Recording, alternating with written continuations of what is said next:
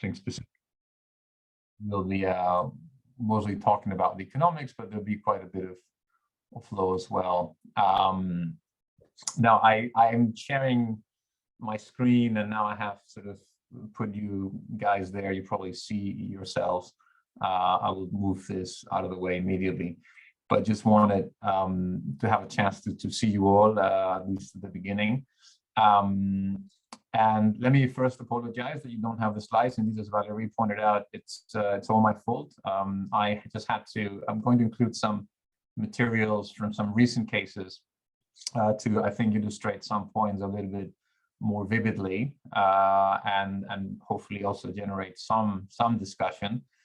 But I had to redact. I realized right before sending them there was some confidential information in there, which had to be redacted last minute. I think I've managed to redact everything, but I'm sure someone in the group will point out if I haven't. So I'll appreciate that if it comes to it. So let me, indeed, as Larry said, I've been doing this a few years. Although every year is different, the group is different. The issues that have been debated over the course of the year in merger control tend to evolve as well.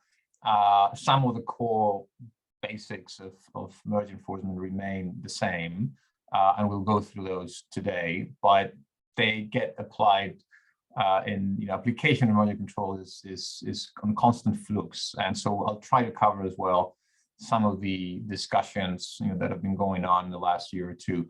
Also, this, of course, is unusual compared to other years in that we're all connecting via video conference. That, let me sort of stress, should not in any way deter you guys from raising your hand or interrupting, really, also with any thoughts or questions that you would like to pose or ideas you'd like to share.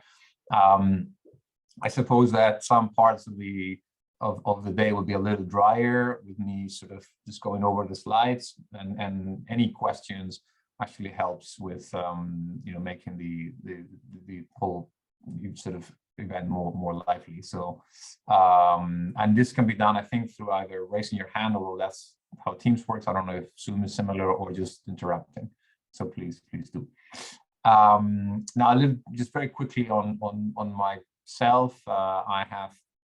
So I started working on competition back in 1999. So I guess my gray hair is starting to show now. I was working at DG Comp in the early, some of the years where big merger decisions were taken that led to significant defeats in court, not least, infamously Tour's First Choice, Tetra Laval, Sidel, GE Honeywell. Although we actually won that case, but we technically lost it on the economics, and Schneider Legrand. So I actually worked on all of those mergers at the time, and it was a different time. We didn't have merger guidelines. The substantive test, which I'm sure Nick told you about at length last week, was different. It was the dominance test, and we'll come back to why it changed later. Now we have the significant impediment of effective competition test, which is intended to implement a more effects-based approach. All of this was really in reaction to the court's judgments and crushing or annulling this commission decision, as I mentioned. There was also no chief economist team at the time. It was created in 2004, so I joined that team right when it started. And in the beginning, it was a small group of six sort of lone rangers trying to get a bit more sense into this so-called effects-based analysis by gathering economic evidence and applying it in merger cases. The team grew relatively quickly, and as you probably all know by now, sort of economics has become more and more important over the years, and today is sort of fully sort of integrated, I think, with the legal analysis when it comes to merger control. So I was there eventually as deputy chief economist for almost 15 years. Then I left. Did a stint on financial market regulation during the financial crisis, but eventually I left the commission and came to the private sector. So I sold my soul to the devil, as many of my colleagues still say, and now working for the dark side. Although, as I will, mention or explain in one of the modules that I've prepared for today at the end, it's not so clear anymore, where the dark side really is. It's difficult on both sides to get things right, and shortcuts are made both on the side of the private side as well as inside of the authorities. But we'll come to that slightly more controversial commentary maybe at the end. So I think without further ado, I'll get started. We will try to cover quite a bit of ground today. I'm not sure we're going to cover everything. I've prepared several modules on market definition, on unilateral effects, a case study on merger prohibition, Ryanair Lingus, back in the day, an old case where economics was used for the first time. That's why I typically speak about that one. Then there's another module on vertical mergers, mostly vertical effects. I won't touch, I won't get into too much detail on conglomerates.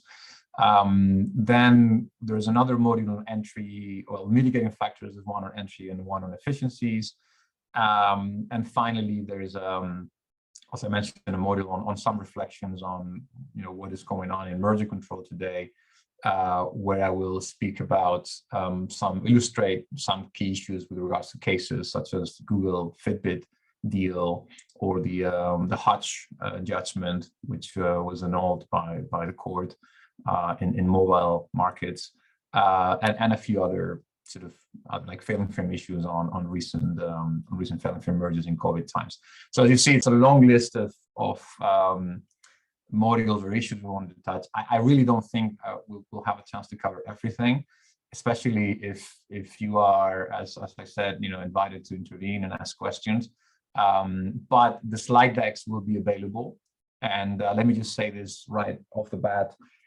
If you go through the slides, and in some cases are relatively detailed, and you have any questions, any thoughts, in particular with regards to the material we may not have been able to cover today in the sessions, then obviously I'm always available. Send me an email or even call me, and I'll try to help or address any questions you might have. And the final thing I wanted to say, in terms of breaks, the idea is that maybe we take a break in between modules, but we'll play by ear. We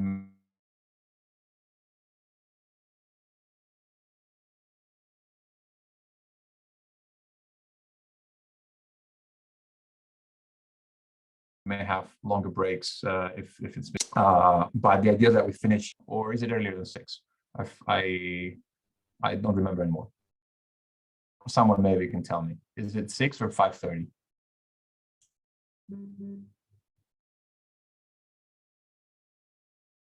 Can people speak?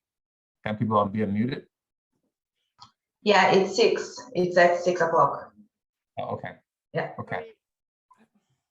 Right. So, okay, so you guys have control of your mute. All right, good. That's good to know. That's a good test. Thank you, Madrid.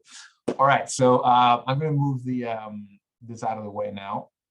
I can see you here on the little side, so I'll be moving my head left and right. So apologies for that. Just to get a sense of, also to try and read the room, how you guys are reacting. But in front of me, I have the slides, so I'll get started. We'll first touch upon market definition. Now, just to confirm, do you see the slide here? Why do we define markets? Yeah. Okay, very good. Well, this sounds like maybe almost a silly question to ask, but it's not, because all of competition enforcement really turns around market definition. That's the starting point for any assessment of market power. And the reason is that in order to infer whether two merging firms have pre-merger sufficient degree of market power, and let alone whether by getting together they'll increase their market power or they'll create market power, The traditional way to do this, and I will touch upon that later, is essentially to calculate market shares. Market shares are the first indication of market power. But in order to calculate market shares, one needs to define markets. So that's sort of the practical reason why we need to define markets, because we want to calculate market shares, because we want to estimate, whether two merging firms have market power pre-merger and whether it increased significantly after the merger. However, I think there's another reason, more which applies more across the board, which is, really when we think about competition, and many cases that we look at nowadays are extremely complicated, especially in the digital markets. Competition does not really occur at all in a vacuum. So one has to identify who are the competitors, and it's who identify those players in order to determine whether interactions between them really lead to an outcome where competition is working well. It's also the place where the price is determined, not just the price, but also all the dimensions of competition like quality, innovation, etc. So in order to even identify what the impact of a merger might be on those dimensions that consumers care about, and whether as a result they could be harmed, or alternatively they could benefit from those mergers along any of those dimensions, one has to delineate that market. And of course, this is true of all areas of enforcement. Now, if you review the US 2010 guidelines, which I focus on the 2010 guidelines because they, our guidelines in Europe are from 2004, as you all know, the horizontal merger guidelines. And at the time, of course, they were state of the art, but the US guidelines before 2010 ones were from 1992. But when the US refined their guidelines in 2010, they had an opportunity to benefit from what the EU had done and also incorporate quite a lot of new thinking that had taken place over the last 2 decades into those guidelines. And market definition there plays two roles. It identifies the line of commerce and the product market and the geographic area where competition concern may appear, and to identify, as I mentioned earlier, the market participants and measure market share. So it's both of those objectives are clearly specified in the guidelines. And as I said, market definition is really just an indirect way to assess market power. Now, let me skip this. So what is the current framework? So ideally, we want to measure market power directly. We will even be able to say, well, firm X has so much market power and is so much greater than the market power from Y. And if you have this market power, you can have the ability to essentially increase prices or influence prices without being constrained by competitors by X much. But there is no sort of tool, at least doesn't exist yet, hasn't been developed yet, which really allows us to do that to any level of accuracy. Instead, we determine market power indirectly through this process of defining the market and measuring market shares. Although that, as I explained later, really helps in contexts where products are very easily well defined, they're homogeneous, but not so well when products are differentiated.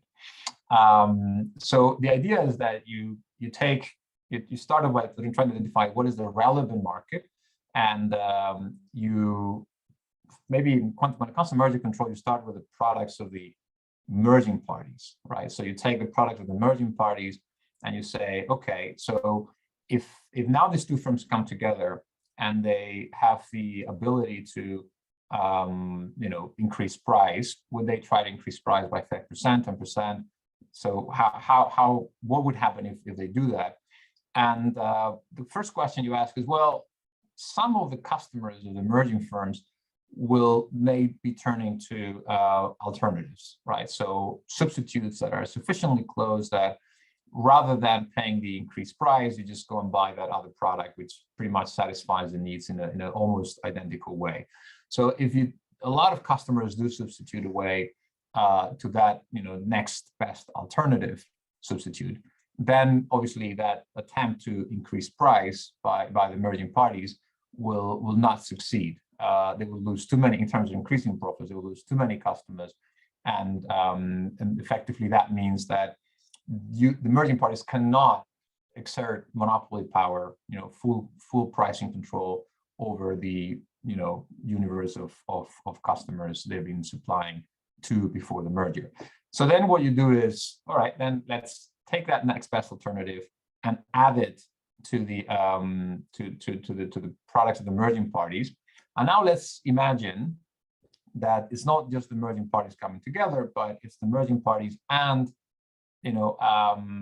these other next best alternatives, all the suppliers that are supplying that alternative substitute. And now they all agree to raise price by 5 to 10%.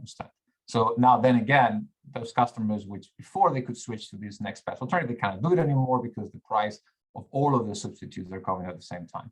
And then again, you ask the question, how many customers will switch away to another substitute, and so on, until you reach the point where you can really say that all of the products that are so close to each other, so close substitutes to each other, that if you were to control them all and try to raise the price of all of them at the same time, customers will just have no choice but to pay the high price. There is no alternative substitute out there they can turn to in order to escape the price increase. And then, that's the way you reach the point where it's okay, now we have the collection of goods that are effective substitutes, and that is our market. And that, what I described a moment ago, is essentially the sort of the application of the SNP test. I'll come to that in a moment. But we have, of course, to delineate markets along two dimensions, both product as well as geographic market. And here, let me stress a point which may have been sort of subtle in what I was describing earlier, but it is quite important. When thinking about the products that are close substitutes to each other, and you consider increasing the price of all of them, and then you ask, where are customers going to? The question is not where are all customers going to, right? It's only a question of how many customers are going to switch to a next best alternative. Because if enough of them, and these are typically called the marginal customers, so if enough of those marginal customers switch to a next best alternative, then that price increase would not be profitable. You lose too many sales, and even though you get a higher margin on the infra-marginal customers, the customers that stay with the firms, the fact is that it's not enough to compensate for the loss in sales of everybody that has switched. So you're really focusing the question on those guys on the margin that are more likely to switch to the next best alternative, not on whether everybody switches. So it's not relevant whether if price goes up, everybody has to switch or not. What matters is that there's enough number of marginal customers that switch. And when it comes to geography, it's similar. So you take a local certain area, a small narrow area, and you say, well, imagine that everybody who sells within that area, all of these close substitute products, they all raise the price. So you have an hypothetical cartel or an hypothetical monopoly raising the price. Where are these customers going to? Can they move outside that geographic area and sell and buy the same products, or in that other area? If the answer is yes, then obviously you need to expand the market to include that area as well. And you do the same exercise until you have an area where customers cannot move away from in order to get the products they're interested in outside that geographic area. So that's as far as the reaction to price increases by a hypothetical monopolist from the demand side, right? This is the customers that are trying to escape a price increase in this hypothetical scenario where substitute goods are being added together and controlled by a single hypothetical monopolist, and then eventually they can either go outside the geography or try and get another product.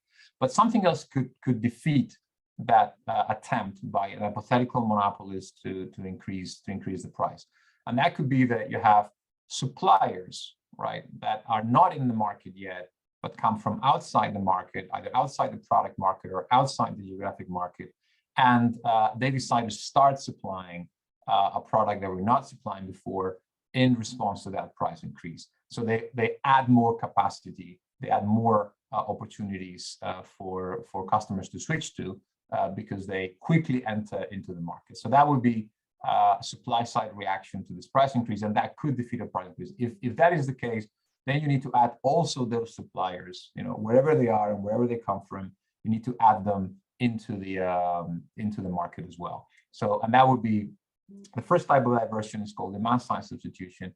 The second one is called supply side substitution.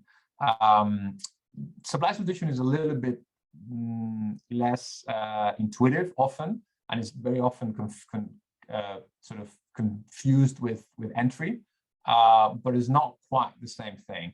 And just because I've been talking now for quite a while, let me ask a question and see if someone can offer an answer as to why, in what circumstances supply substitution would lead us to expand the market, and in what sense it's different from entry. Does someone want to venture a response?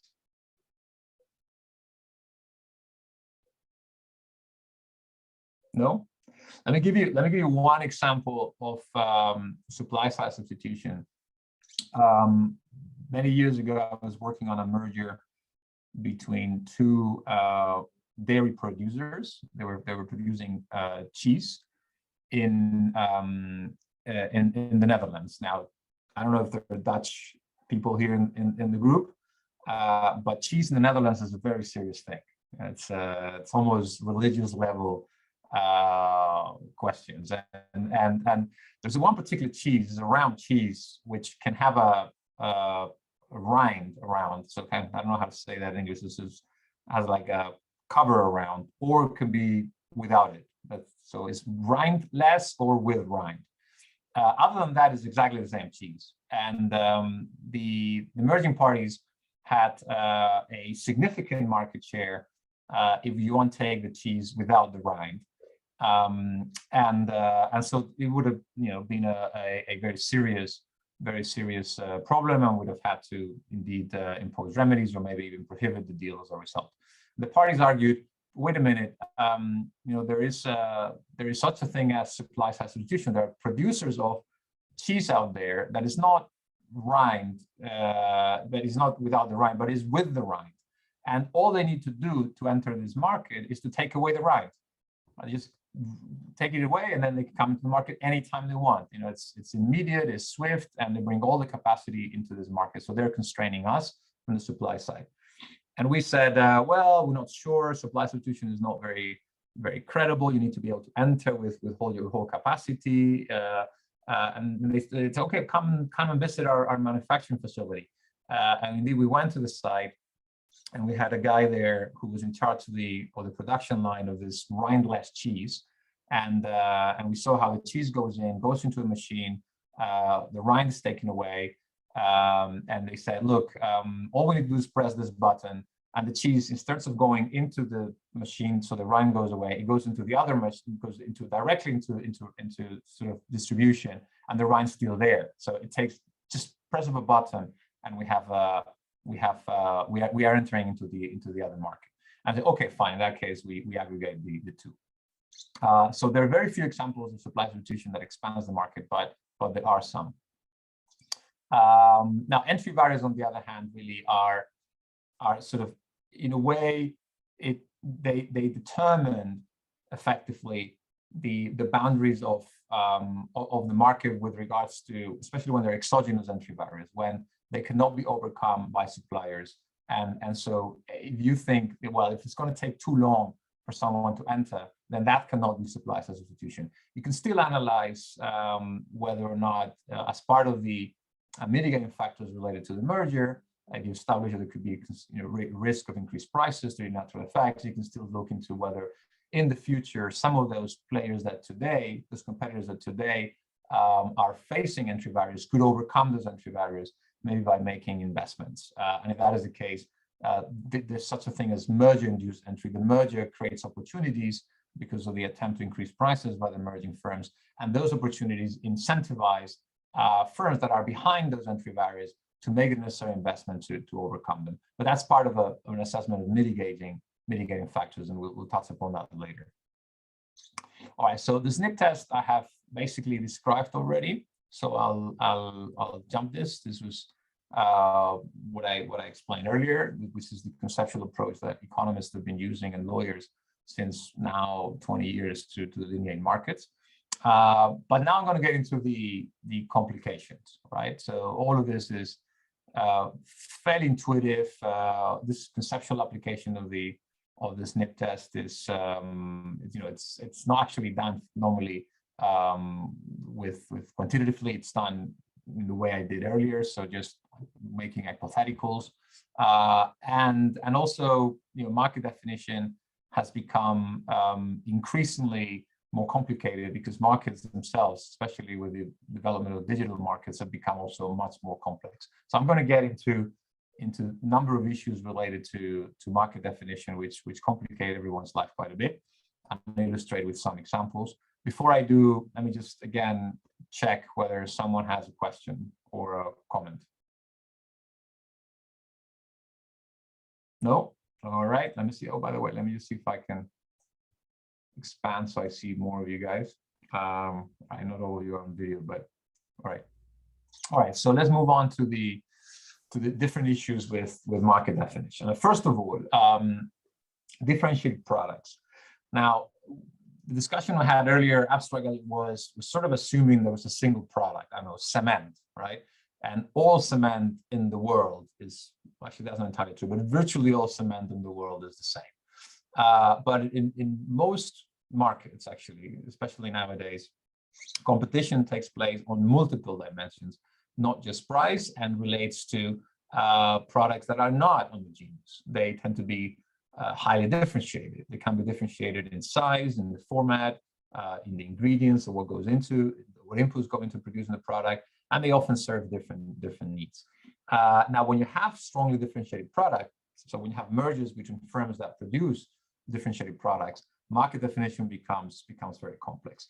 And let me, in case you guys, maybe some of you are already familiar with this distinction, but for those of you that are not, let me mention that there are two types. Economists speak of two types of differentiation: horizontal differentiation and vertical differentiation. Now, horizontal differentiation effectively means that products differ with respect to certain features, and some customers will have preference for some products because of those features and some for others. So, for example, if you think about breakfast cereals, and I'll illustrate an example on breakfast cereals later, you might have people that like Choco Pops because they like the chocolate and they like the shape. Others may like all brand cereals because it's a little bit more healthy and have a different texture, etc. So that's horizontal differentiation. But there's also another type of differentiation, which is called vertical differentiation, which essentially means that products differentiate different in terms of the level of quality. And here the key is that from the perspective of consumers, whereas in the case of horizontal differentiation, some consumers may have a preference from one version of the product and others for a different one. When it comes to vertical differentiation, everybody agrees that one particular product is low quality, and everybody agrees that another product is high quality. And yet, so they're vertically differentiated because one is perceived better than the other. That often applies with respect, for example, to private labels. If you go into supermarkets, most people perceive that, even though it's not always the case, the branded product is quality, is superior quality to the private label, to the white label product. But in some cases, it's even more obvious. Some products have greater performance, offer better performance than others. Think about cars. You can have a car with an engine of, I'm not an expert in cars, but 200 centimeter cubic power or 80 horsepower, and the same car which just has double the horsepower. So one is vertically differentiated, one is perceived quality, better quality than the other. And that tends to also be reflected in higher prices. So this is, oh, by the way, vertical differentiation and supply side substitution are often closely related. Why is that? Because firms that have the ability to supply a product of a certain quality, they often can also increase a little bit the investment to supply the same product with a slightly higher quality, right? Sometimes just changing the content of the inputs, Sometimes it's just moving away a production from one side of the factory to another. Sometimes it's just like in the case of paper. Paper comes in different degrees of thickness. So sometimes it just means instead of doing a sort of newsprint, which is a thinner paper, the one that goes into newspapers, you do a thicker version of the paper, like 300 milligrams, and the machine is able to adjust, your factory machine to adjust how much of thick or not the paper is going to be. So typically you may have someone who's only operating in the, say, on newsprint, very thin paper, but very quickly enter into the highly quality version of the same product. And so there'll be supply substitution there. Right. So here's an example of what I'm discussing in terms of differentiation. And these are the type of issues that will come up. This actually came up in one very famous case, the Kraft Cadbury case, which was the first case where economists did merger simulation. And so the questions that came up when it comes to market definition is things like, if you think about Toblerone, is it in the same market as chocolate, given that Toblerone is triangular and chocolate tends to be a sort of a flat tablet, right? What about chocolate, which is the British heritage, like Cadbury, versus Kraft, which is more from the continent? If you are Belgium or Swiss, you probably have a lot to say about this. What we did in this case is just ask the data to tell us whether there were any differences in people's willingness to pay for these different types of chocolate in order to delineate the market. Let me give you one final example on vertical differentiation, on horizontal and vertical differentiation. So think about Coke and Pepsi. You probably would all say that they're in the same market. Intuitively, they're both colas, fizzy drinks. And yet, when you're thinking about applying the SNP test, this conceptual experiment where you say, well, if now Pepsi and Coke come together and they both simultaneously want to raise the price of Coke and Pepsi, where would customers go to? And you can even go one step before and say, well, if Coke wants to raise the price of Coke, would customers switch to Pepsi? And if they do, they're in the same market. And if they don't, the marginal customers, not enough of them switch, then Coke would be in a market of its own.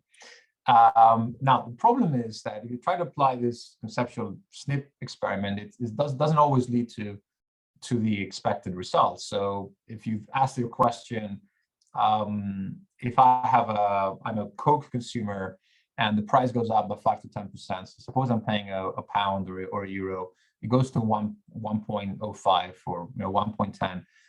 Would Coke consumers switch to Pepsi?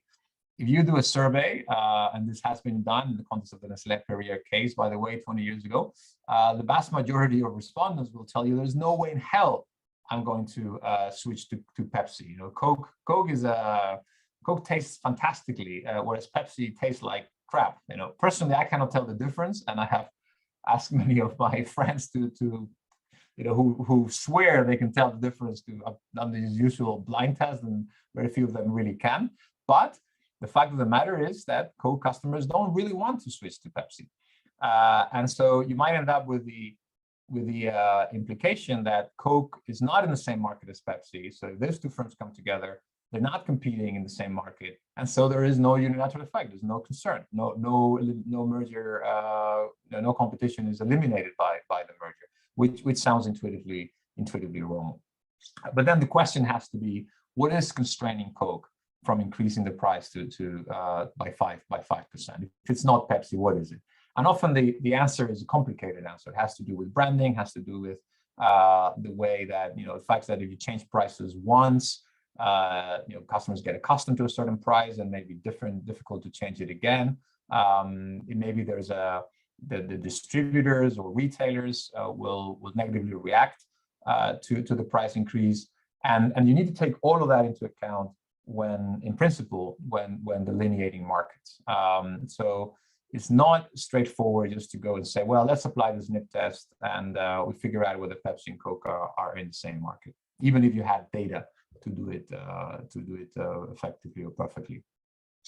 Right. So now another problem when it comes to market definition, and this is going to be an increasing order of complexity. Take the case of airline travel. This is a market where on the demand side, customers, are going from A to B, right? In the case of the example mentioned here, from London to Miami. Now, these customers don't care of the price of tickets on a different route, say from Brussels to LA, or from even London to LA, because they want to go to Miami, right? And so there is no demand substitutability across these routes. Customers are not going to switch to another product, to another route, if the price increase. So the authorities, the Commission, CMA, the US authorities have typically then delineated markets in terms of city pairs. So each city pair, London, Miami, London, LA, Brussels, LA, they're all separate antitrust markets. But it's not always clear that is the right way to delineate markets. Because in some cases, well, a simple example would be that at the end of one of the routes, you might have airports that are nearby. So people that are flying from London to Miami may be willing to switch and go instead to Fort Lauderdale because it's only a 4-hour drive from Miami. So this is, what is in terms of this case is referred to as airport substitution. Our customers willing to substitute airports. What about one-stop alternatives? Would people be considering going through New York in order to get to Miami? If they do, they need to add this indirect one-stop alternatives to the market.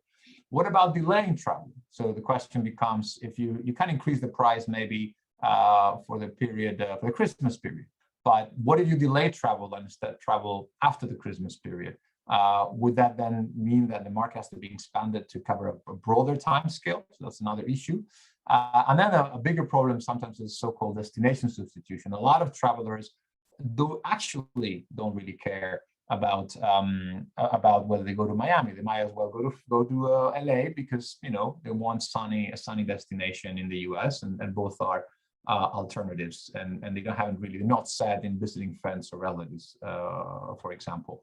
But then on the supply side, it becomes even more complicated because you often have a hub and spoke system in place, and you have essentially airlines that have a hub, say in London, or a hub in Atlanta, or a hub in New York, and from there they have quite a number of routes that are all connecting through this hub, and they can move flights, right? They can move planes from one destination to another in response to a price increase in a certain route by a competitor. And when they do that, that's supply side substitution. So what does that mean? Do you include then all the London, Miami, and London, LA together if the guys that are operating at London have a hub and they can actually move planes from Miami to LA if they want to? Because if they can, supply side substitution tells you that you should expand the market to have Miami and LA on the same market, right? So all of these issues are often discussed in cases, and some more often than not, the commission at least goes to the narrowest market, which would be a city pair. But a lot of economic analysis that evidence put in trying to argue is advanced, often trying to argue that this market delineation is too narrow, too short-sighted. Other problems, asymmetric substitutability. Sometimes you have situations where one product exerts a constraint on another, but not the other way around. For example, many people would say that an iPhone exerts a constraint on a Samsung Galaxy Model 10, but less people would argue that a Samsung Galaxy exerts the same constraint on an iPhone. And the reason for that is because those that want to have an iPhone typically are less willing to switch to anything else, whereas those that may go with Samsung may be more inclined to consider an alternative.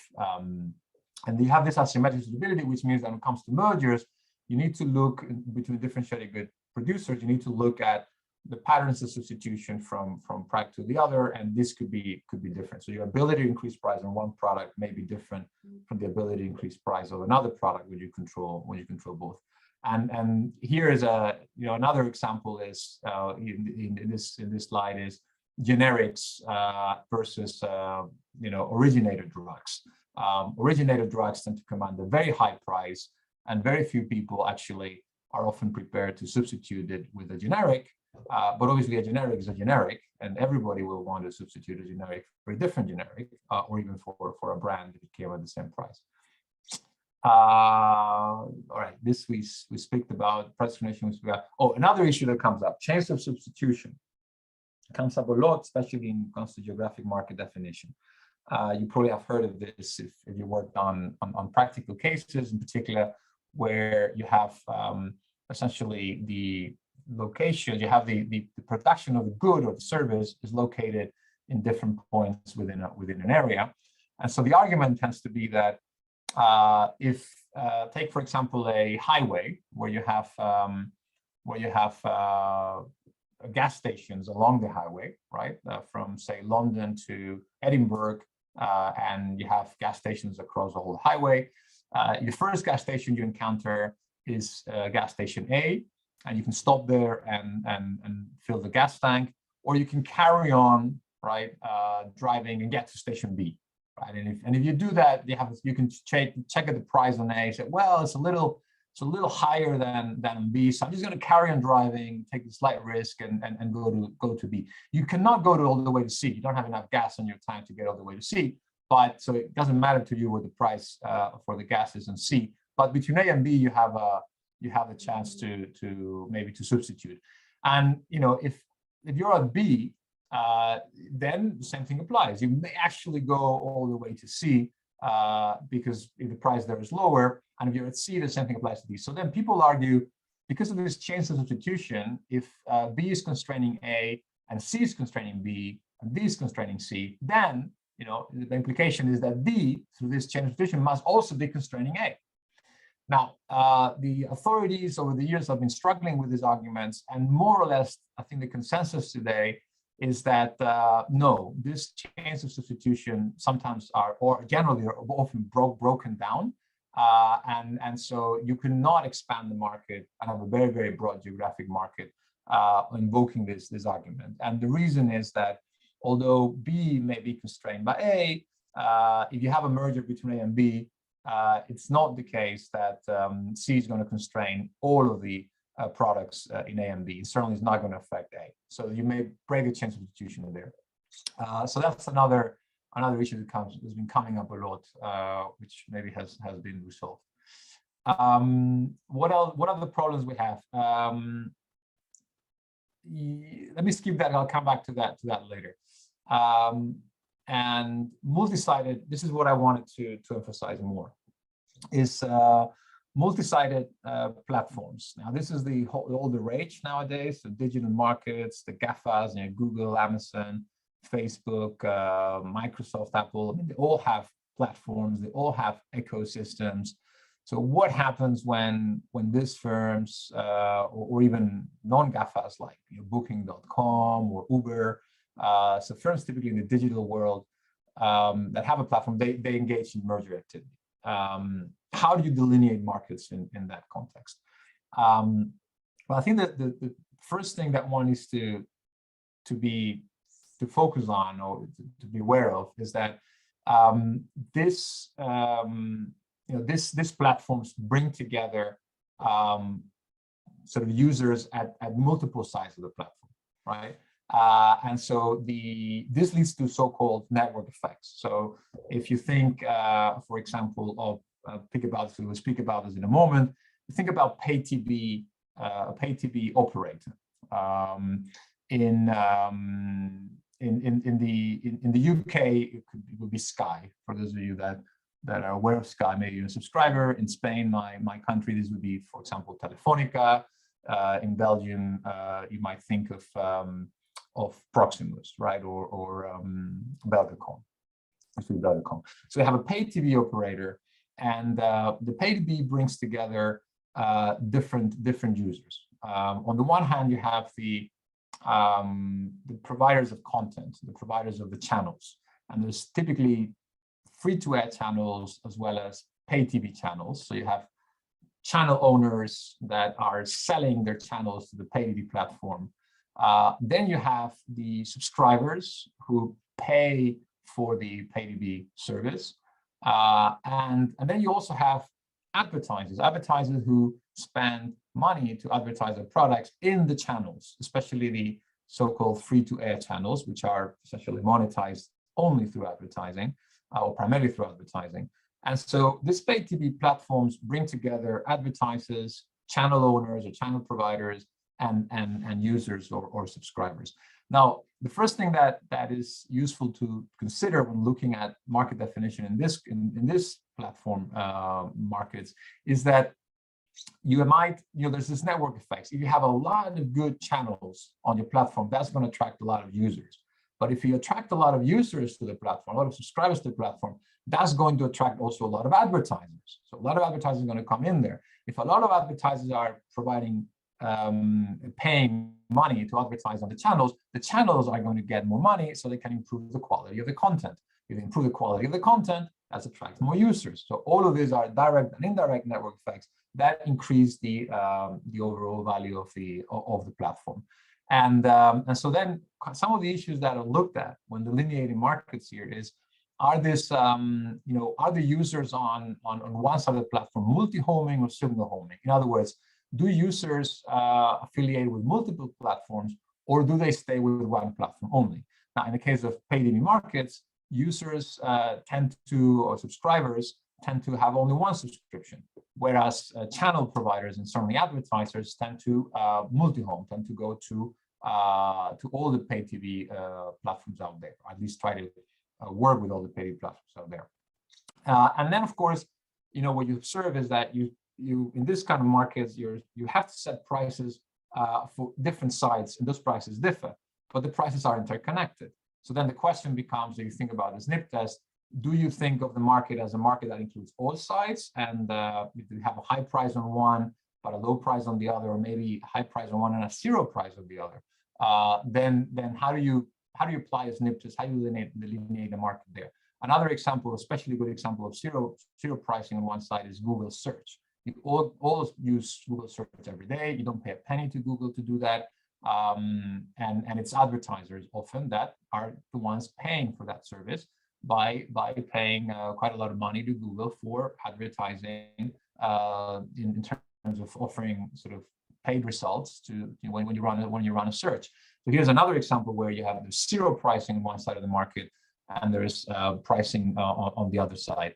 So how do you if you have a merger between Google and an advertising company, or another, or a pay TV platform, Google and Playfile come together, are they in the same market?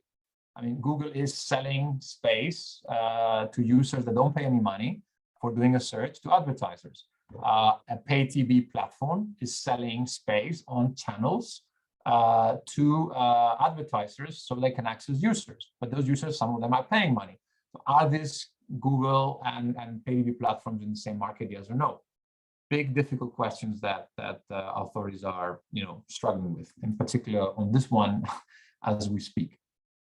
Now, let me illustrate how market definition can actually matter so much that the whole merger case hinges on it one way or the other. So this is just a graph illustrating what I was describing a moment ago.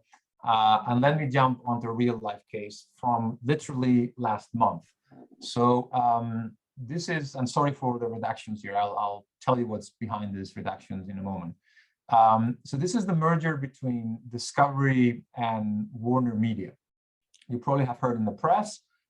It was notified, it was announced last year. It was notified right after the summer.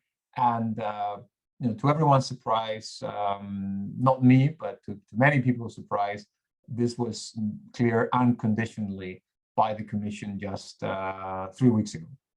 Now, the biggest problem that came up in this merger was that in Italy, both Discovery and Warner Media, who are channel owners, so they own channels, have a number of channels that are targeting children, so kids channels, specifically for children.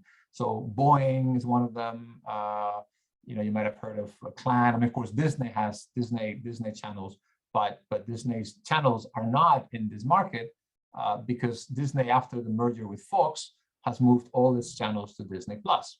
So in the market for pay TV, you only have these other channels, many of which are owned by Discovery and Warner. And so they had a market share in Italy of over 60%. And the other channel providers there's only 2 or 3 other channel providers, they had the remainder. So 60% with an overlap of 30% each. So each one had more or less 30%. Now the commission said 60% market share. This is clearly a problem. Now we then went into market definition, and we said, well, wait a minute, commission, you are looking only at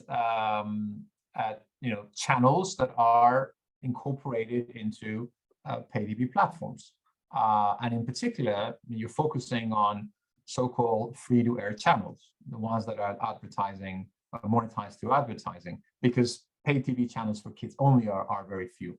However, if you look at what the children are actually doing with their time when they're in front of the TV, they spend quite a lot of time on what is called watching content on so-called general channels. So if you see the blue bar here, right, which by the way has been declining over time, that's how much time, hours in the day, children spend watching FTA channels, the channels where the parties have 60% market share.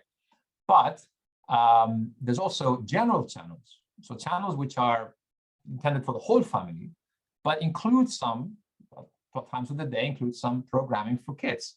And kids are watching those channels. And if you add those channels, right, then this whole yellow bars here, then the market shares of the parties actually go down close to 30%. But not only that, children are spending quite some time on what's called unmatched viewing. So what is unmatched viewing? What it means is that it's unmatched in that no one knows exactly what it is they're doing, but what they're watching is watching effectively YouTube, right? So they're going into YouTube, Kids channels, and they're spending hours and hours streaming YouTube content for kids. And so if you add that unmatched viewing, and by the way, here's a graph that shows how the increase in unmatched viewing has been exponential, especially since the beginning of the pandemic. So more and more kids are spending more and more hours watching content on the internet, basically. Whereas at the same time, the party's control of channels for kids has been declining in terms of viewing hours. So once you add the unmatched content and the content on general channels, these market shares that you cannot see here go down from 60% to way less than 20%. So result, the commission says, okay, I'm convinced I'll clear this merger. So at least with regards, with regards to Italy. So that is, often the reason why market definition, despite everything that you might have heard or that economists like myself will like to persuade you about, that is becoming irrelevant. Who cares about market definition? The CMA doesn't even talk about market definition anymore. It talks about frames of reference. But in reality, market definition still remains absolutely critical and often is the decisive element to whether or not a merger is considered pro-competitive or not. So with that, I think I will stop here and ask for questions or thoughts before we move on to the next module on unilateral effects. So I was told that you guys were a very active group. The fact that you haven't asked a single question means two things. Either I am, completely losing you, or you know everything already, or a combination of the two. Or maybe you're just absorbing all of this. You're still very engaged. I don't know. Any thoughts? Any questions? Anybody? No, just a comment is that we saw a little bit of what you were speaking in the first module, with Nicolas, and he told many things about the digital platforms and this multi-sided analysis. So not everything is new, but this economic perspective, for me at least, brought some new highlights. But for me, I'm good for now. Okay. Okay. Well, that's appreciated. Thank you. Thank you very much. All right. Well, things are going to get a little more dense from the next module. So I hope you do ask questions if it comes to a point where you're less familiar with the material. While I set up the next module on the natural effects, please feel free to raise your hand. Let me just go for it. Here we go. All right. Whoa. Maybe I have one question. All right, go ahead, Judith. Yeah, so my question would be, so you told us about the children's behavior, and I also saw the source of the data.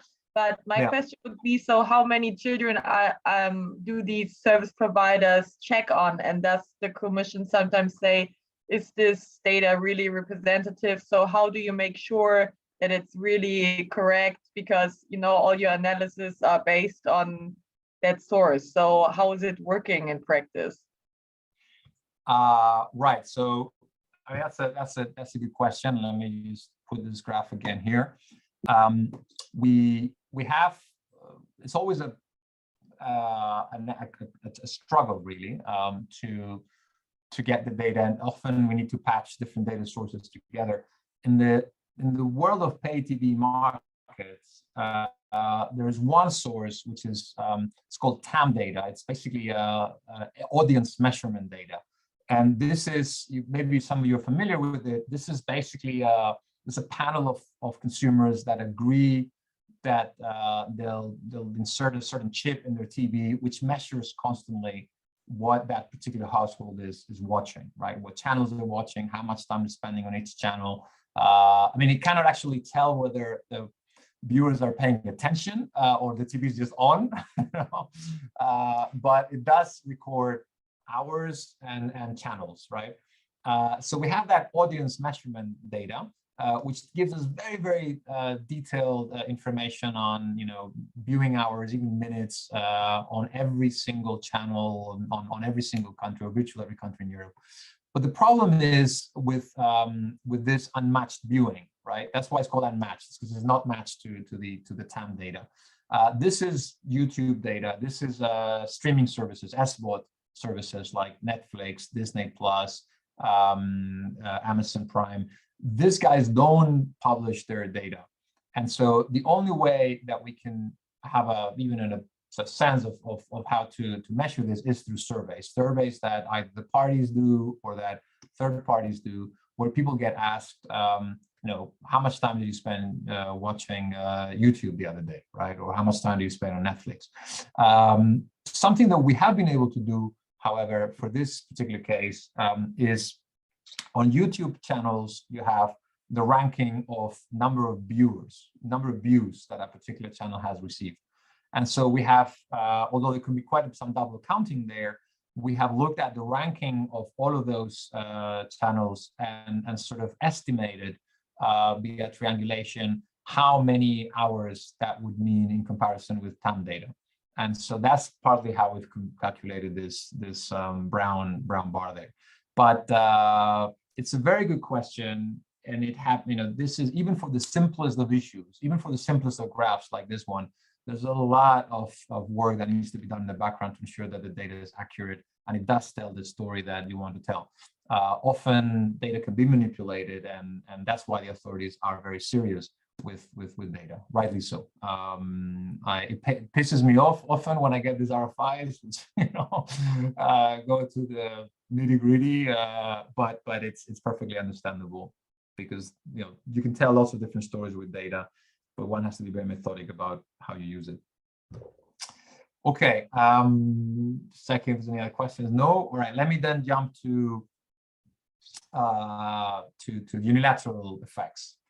Now, you've heard from Nick, I'm sure, as was mentioned earlier, that you have in merger control, you have essentially three broad categories of fields of harm: unilateral effects, so elimination of horizontal competition. You have vertical effects, and you have conglomerate effects and coordinated effects. So the merger may also lead to increased incentives or ability to engage in collusive conduct. But the core of merger control really is unilateral effects. Is when you have an horizontal merger that eliminates competition between firms that compete in the same market and sell broadly, substitutable products, close substitutes. Now, as mentioned earlier, traditionally the way to assess unilateral effects was you delineate the market, you identify all the competitors that operate within that market, you single out the merging parties, you calculate their market shares, and then the market shares of the merged entity are very high. You say that the merged entity is going to have significant market power, and then you prohibit the deal. Now, one point there, just reminding me on Judith's comment on the data. It's very easily said. It's actually quite difficult to do, even in the most straightforward of cases, to calculate those market shares, for one very simple reason, which is not obvious at the beginning, but it's immediately clear when you think about it, which is the merging parties have data on their sales, but they don't have data on competitor sales. Even if we all agree which competitors are part of the relevant antitrust market. And it's very difficult to get data on what is the size of the market.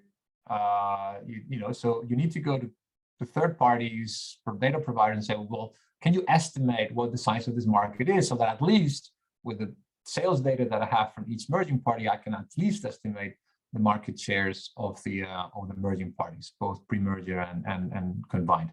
And a lot of the work, I would even say 50%, maybe more actually, 70% of the work that goes into merger control nowadays is about estimating the size of markets, so that you can then put together the sales of the parties and measure their market shares, and then decide whether this would be a problem or not.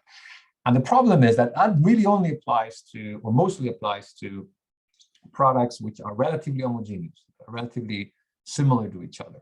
But when you have differentiated products, like we discussed earlier, then it becomes a lot harder to rely on these market shares as a basis for screening anti-competitive mergers. And so over the years, the economists have developed new tools which go beyond market shares in order to try to determine, well, if two firms are getting together, quite irrespective of whether the market share is high or low post-merger, or higher, very much higher post-merger or not, is this likely to create competition problems, unilateral effects? And then the answer to the question is, well, it depends. If the firms are close competitors, by which typically one means that they offer products that are very close substitutes, then they'll have a greater ability to increase prices, and therefore those kind of mergers should be screened into phase 2, right? So it should be investigated more in depth.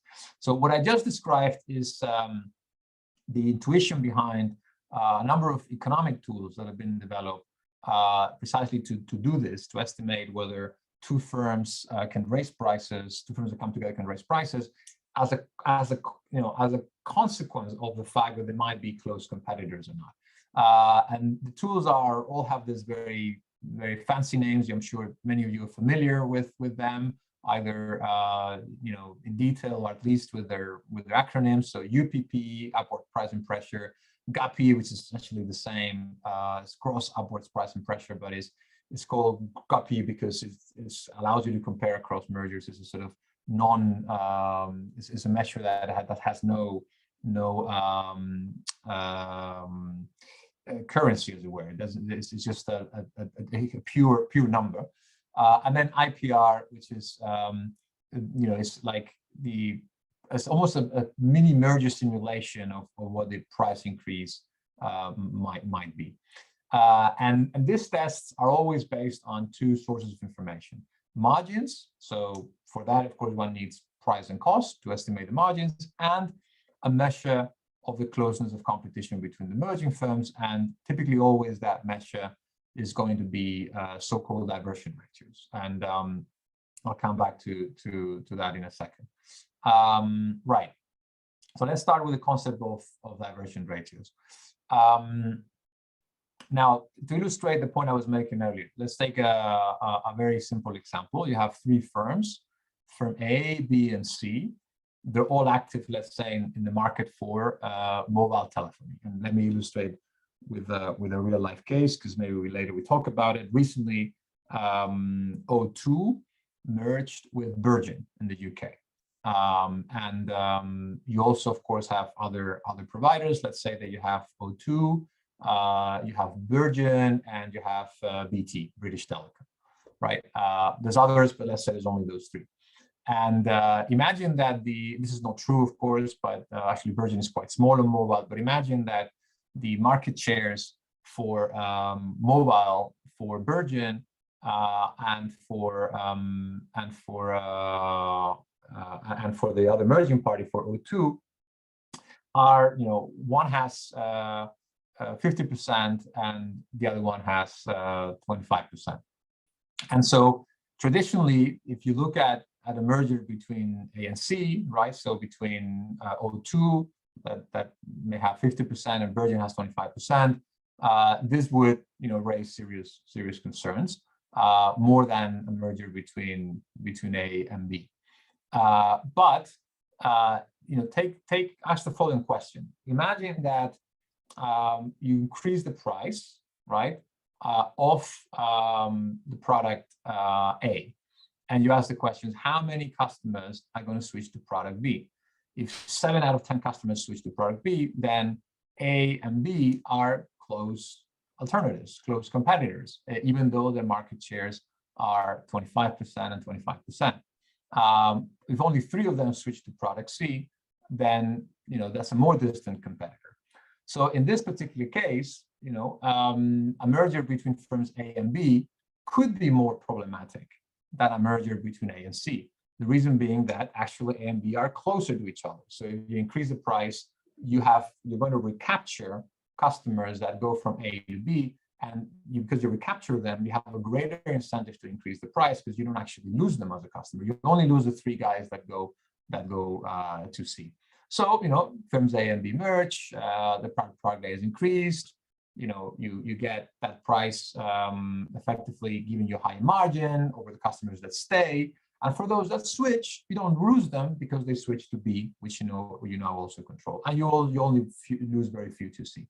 So in this case, because A and B are closer competitors, the authorities would say this is a problematic merger, maybe even more problematic than if the guy with 50% would have merged with A or B. So in the case I was arguing earlier, in case British Telecom had merged with Virgin, that would have created a problem. But the fact that Virgin that has 25% and O2 that has 25%, they both merge together, it can still be a problem because obviously they're close alternatives to each other based on this hypothetical. Not by the way, the facts don't match the case at all, but just thought I'd illustrate it. So what economists did following this intuition is they developed this concept, which is called upward pricing pressure. And let me just be stressed right at the outset that it is intended to be a diagnostic test. So a screening test is not intended to tell us whether or not, if the UPP, if the upward pricing pressure is very high, that means the merger is going to raise prices. In other words, it's going to lead to a significant impediment of effective competition, and therefore it should be prohibited. No, what the UPP is intended to do as a tool is just to screen those mergers that, because there's an expectation that the firms are close competitors, there might be a possibility of putting upward pressure on prices, and so a more in-depth analysis is required. But over the years, unfortunately, the reality is that this screening tools, UPP, GUPPs, IPRs, have evolved, unfortunately, into almost very determinative instruments to say whether merger should be prohibited or not, whether the substantive test, the SIC test, is met or not. I hope that in the years to come this will stop, and the Hutch judgment by the court, some of you may be familiar with it, will is a good push in that direction. But for now, I'm going to introduce these UPPs to you as they should be used, which is as screening tools only. Right, so let's look into the intuition. And one way to think about this is by focusing on this value of diverted sales, the sales that get diverted to the other product when you increase the price of one product. So let's take a pre-merger situation. You have these two firms, firm 1 and 2, that want to get together. And before the merger, each one of them sets prices independently in order to maximize their individual profits. So they know that if they raise the price, if firm 1 raises its price a little too much beyond the level it has pre-merger, then customers will stop buying from firm 1, and instead they will switch and start buying from firm 2, firm 3, firm 4, and will divert their purchases to other firms. And that is what constrains firm 1 pre-merger from raising the price. Now, however, post-merger, firms 1 and 2 come together, and then now this new owner of the firm realizes that if you increase the price of product 1 just a little bit, that's not going to affect profits very much. And actually the reason, let me make it more clear, is here. Let me just use this graph to illustrate this. Take one step back. So you have firm 1 on the left-hand side, firm 2 on the right-hand side. So let's focus on firm 1. Firm 1 is looking at a downward sloping demand curve. That's the sort of diagonal curve here, goes down, and of course it is downward sloping demand because the more quantity, as you lower the price, more people want to buy, so you sell more. So let's say that in this market pre-merger, we had this price, right? Price here is this line here. This is the price at which firm 1 was selling its product pre-merger. And that was the optimal price before merging with firm 2. Now, after the merger, this owner of the new owner of the merged entity says, well, I could increase the price from this level to this level, right? So I move from here to here, sorry, from here to here, right? Now, what happens then? Well, I am going to increase my markup because now I have a higher price. So for all the sales that I'll be making them at a higher price. So this is extra profit from the A. However, I'm going to lose customers. Some customers who were previously buying at this price are going to switch to another firm or to other rivals. And so my level of sales is going to go down from here. Oops, I cannot do this, from here to here, right? So this area B is what I lose. I'm making this markup, right, before, and now I, however, have less sales. So all of this money I was making on this sales is lost. Now, if you compare A and B, if you quantify A and B, you will very often find out that they're virtually the same. So A is just slightly less than B, right? Which is why you'd rather stay at the price pre-merger, but the difference is not very large. So the area A tends to be very close, just a sliver less than the area B. So that's what you lose after the merger if you increase the price on the product on firm 1. But what happens on firm 2, right? And remember, this is now you're a merged entity, so you control also firm 2, and most importantly, you benefit from the profits that from selling the goods, the product from firm 2. Now, what happens is that, remember, there's all these guys here that were stopping to purchasing the product in 1. Some of those guys will go to firm 2, will go to product 2. In what proportion? Well, in proportion to the so-called diversion ratio. How many get of those guys that stop buying 1, shift and divert their purchases to firm 2. And so that means that the demand curve that firm 2 has, which was here, this line here, right? This now gets shifted to the right. It's more people that are willing to buy firm 2 product at different levels of prices, just an increase in quantity. And even if you don't change the price at all, so price pre-merger stays the same here, now you sell a lot more, right? Well, a little more. And that is the area C. And so because this is your cost, this is your price, you sell all of this extra quantity at this price, you make this markup. So the area C is the gains from diverted sales and after increasing the price in firm one. And that area C more than compensates, always more than compensates the slight difference between B and A. And this is what is referred to as upward pricing pressure. There's an incentive by the merged entity that now controls firm 1 and 2 to increase the price of firm 1 because some customers will be diverted to firm 2 and you recapture these customers and you make a gain from those diverted sales, which is the area C. And the bigger that gain from the diverted sales, right, the bigger the incentive to increase the price of firm 1. And the same analysis can be done conversely. You can increase the price in firm 2 and you'll have customers diverted to firm 1, again, in proportion to the diversion ratio from 2 to 1. And that gives you the upward pricing pressure for product of firm 2. So let me stop there because I mean, there's all of this stuff now in formulas. I don't want to get into the formulas. I hope that we don't need to if this concept is clear on the basis of the graphical illustration. So let me stop there and see if anybody has a question or a comment. Yeah, I maybe have a question. So when we face this situation, we see this result of the UPPI. The situation will be that the merger is problematic because this is an effect caused by the transaction. Like, what would be the reaction, or is there any alternatives to the result of this test? Like, this will maybe happen, this could happen, but what we could do to try to raise some arguments against the result of this test that is like, it's an analysis, is probability, not a fact, right? Right, and that is an excellent question. Let me break it up in 2 steps. So first,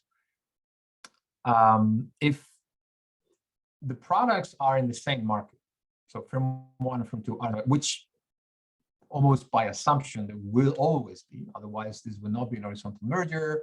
We will not have to define the relevant market, calculate market shares, etc. So when we are at this stage, products of firm 1 and firm 2 are in the same market. Now that means that they are substitutes. Now they could be very close substitutes, they could be very distant substitutes, but they are substitutes to some extent. So if you increase the price of one of them, it's always going to be the case that some customers, will decide that they want to substitute away from that price, from that product that now has a higher price, and go to the other, right? So that's the guys that are on the quantity on area C there. So the key thing one has to look at is, in this first step is, well, how many of those customers are going to actually switch? And second, of those that switch, how many are going to go to the other product 2, now controlled by the merged entity? The more customers that switch and the more that go to the other product, the more the upward pricing pressure, but there's always going to be a certain degree of upward pricing pressure. So if you had if the test was, is the UPP positive? If it is, there's going to be a price effect, you have to prohibit the merger, then every single horizontal merger between firms that have products in the same market will be prohibited, every single one. Which is why we need to move to step 2, ask another question, which is, how significant is that upward pricing pressure? That's why in the substantive test and merger control, we don't talk about is the merger going to lead to higher prices? Because if it's a horizontal merger, in line with the illustration I made here, there's always going to be higher prices. The question is, are those prices going to be significantly higher than they were pre-merger? In other words, is that a significant impediment in effective competition? Emphasis on the word significant. And you might say, and then addressing your question head on, you might say, well, if every single horizontal merger is going to slightly increase prices, how do we tell whether the price increase is significant or not, to the point that you've essentially met the standard in the merger regulation? And we have no answer, right? So the commission, the courts have refused to tell us whether the price increase that is significant, at least to an SIC, is 5%, is 10%, is 2%, is 3%. We know there's going to be a price increase, and we know that it could be significant. We just don't know where that threshold is. And so it all becomes a value judgment, a qualitative assessment of, okay, on the one hand, you have this price increase is going to happen. You have a sense through the UPP of whether it's going to be, the upward price impression is going to be intense or less intense. But what you have on the other side, you have the so-called mitigating factors. And the most important of which should be, although it often isn't, efficiencies, right? Horizontal mergers very often lead to efficiencies of various types. Some are intrinsic to the merger, as the court has said in the Hutch decision. For example, you save on fixed costs, right? Some are, there are synergies and relate more to bringing together complementary activities that enhance the value of the products they produce. For example, they bring together two different R&D efforts, right? That feed onto each other in a way that makes it more likely that a particular product may be improved or even invented. But those efficiencies need to be put on the other side of the scale, because if they are significant, they will trump this price increase that will always happen between horizontal competitors.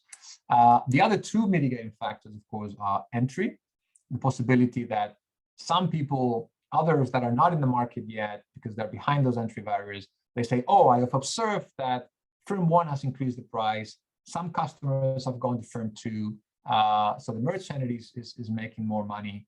But in light of this price increase, someone who was not in the market yet decides to come in, or someone who was in the market decides to expand its capacity and sell a lot more. In that case, those customers that are moving to firm two, that are captured here in this area C, they will not go to firm two. Instead, they will go to the new entrant, or the firm that is expanding its capacity. And so those customers will actually be lost. And because they're lost, then it becomes less profitable to raise price. So price is going to be less, increase a little less, and that may be below the threshold of significance. And then the other mitigating factor is buyer power, is when customers themselves have the ability to defer purchases, or sponsor a new entrant, or essentially change their pattern of consumption in order to escape the price increase. But I mean, your question is incredibly good, because it points to the heart of what is the big difficulty of merger control, that horizontal mergers always lead to price increases. The question then becomes, how significant are those price increases before it's an SIC? And there one needs to balance both these UPP estimates and IPR and GAPI estimates against all these mitigating factors, efficiencies, and entry and buyer power, etc. With one peculiarity, which I'm sure Nick told you about last week, not all mitigating factors are created equal. So not entry doesn't have the same weight as efficiencies, and it doesn't have the same weight as buyer power. I mean, obviously, as you can expect, it depends on the market, but more importantly, efficiencies, the burden is on the parties, whereas for buyer power and for entry, and indeed for establishing the significance of the price increase associated with the horizontal merger, that burden is on the authorities, at least by convention.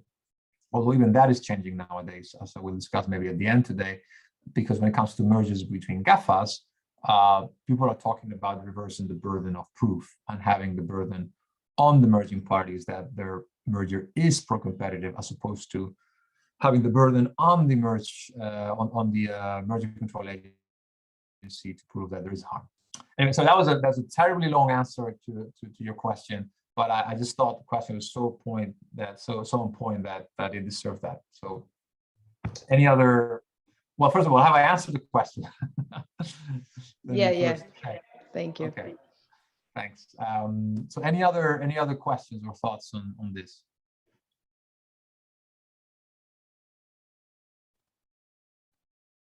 No. Right. So I'll spare you the formulas then, and we're now going to look into a specific example. Before we do, let me just check if people want to take a break, a 5-10 minute break. Yeah, I see some nodding. No objections. We'll make it short, and then we'll talk about Aer Lingus Ryanair, which we will illustrate the role of economic analysis in identifying unilateral effects. All right, so I don't know how we implement the 5-minute break. I will just switch my video off, go on mute, get another Coke because I'm done with the one I had, and in 5 minutes I'll just start again. All right, 5-10 minutes max. Thank you, Miguel. Thank you.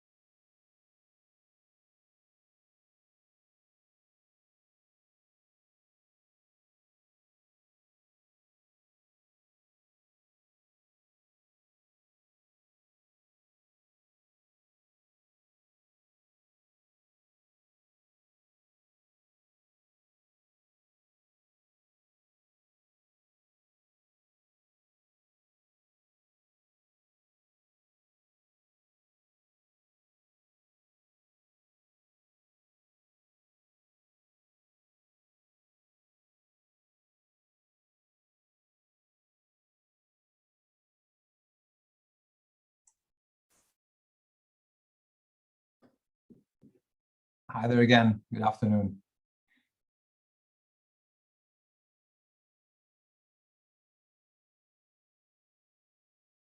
Hi, Valerie. So I'm going to start sharing again. See if I can do it right. Yeah. All right, Ryanair Lingus. Do you guys see that now? All right, great. Thank you. Thanks for the thumbs up. Right, so this is actually, I have been speaking about this merger at this program for a number of years now. And every year I tell myself this is the last time, because this merger is already pretty old, over 15 years old, and so it's almost like we can come up with new transactions to illustrate unilateral effects and clauses of competition, and how you can bring in economic analysis to inform the assessment.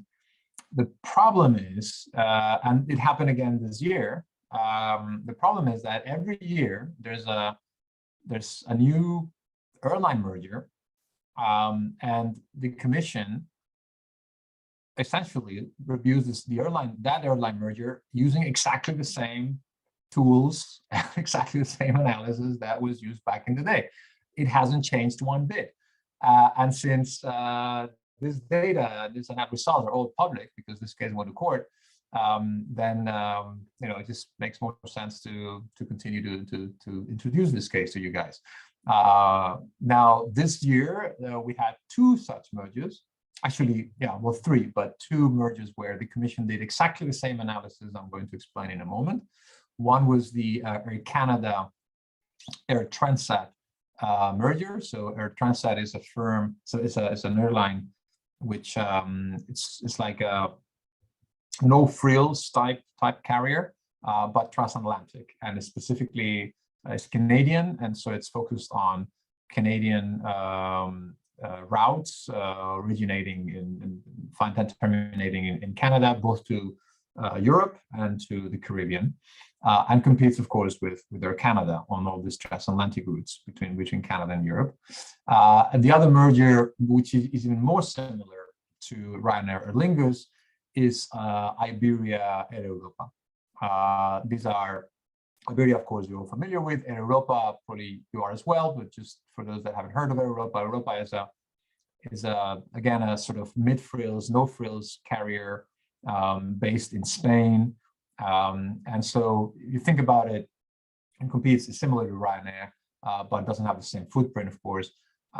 You think about it, the Iberia Air Europa deal is very similar to the Ryanair Aer Lingus deals, or Aer Lingus being the network carrier like Iberia, and Ryanair being the Europa carrier, except that the balance of power is skewed the other direction. So Iberia is stronger than Aer Lingus was, and Ryanair is certainly stronger than Europa is today.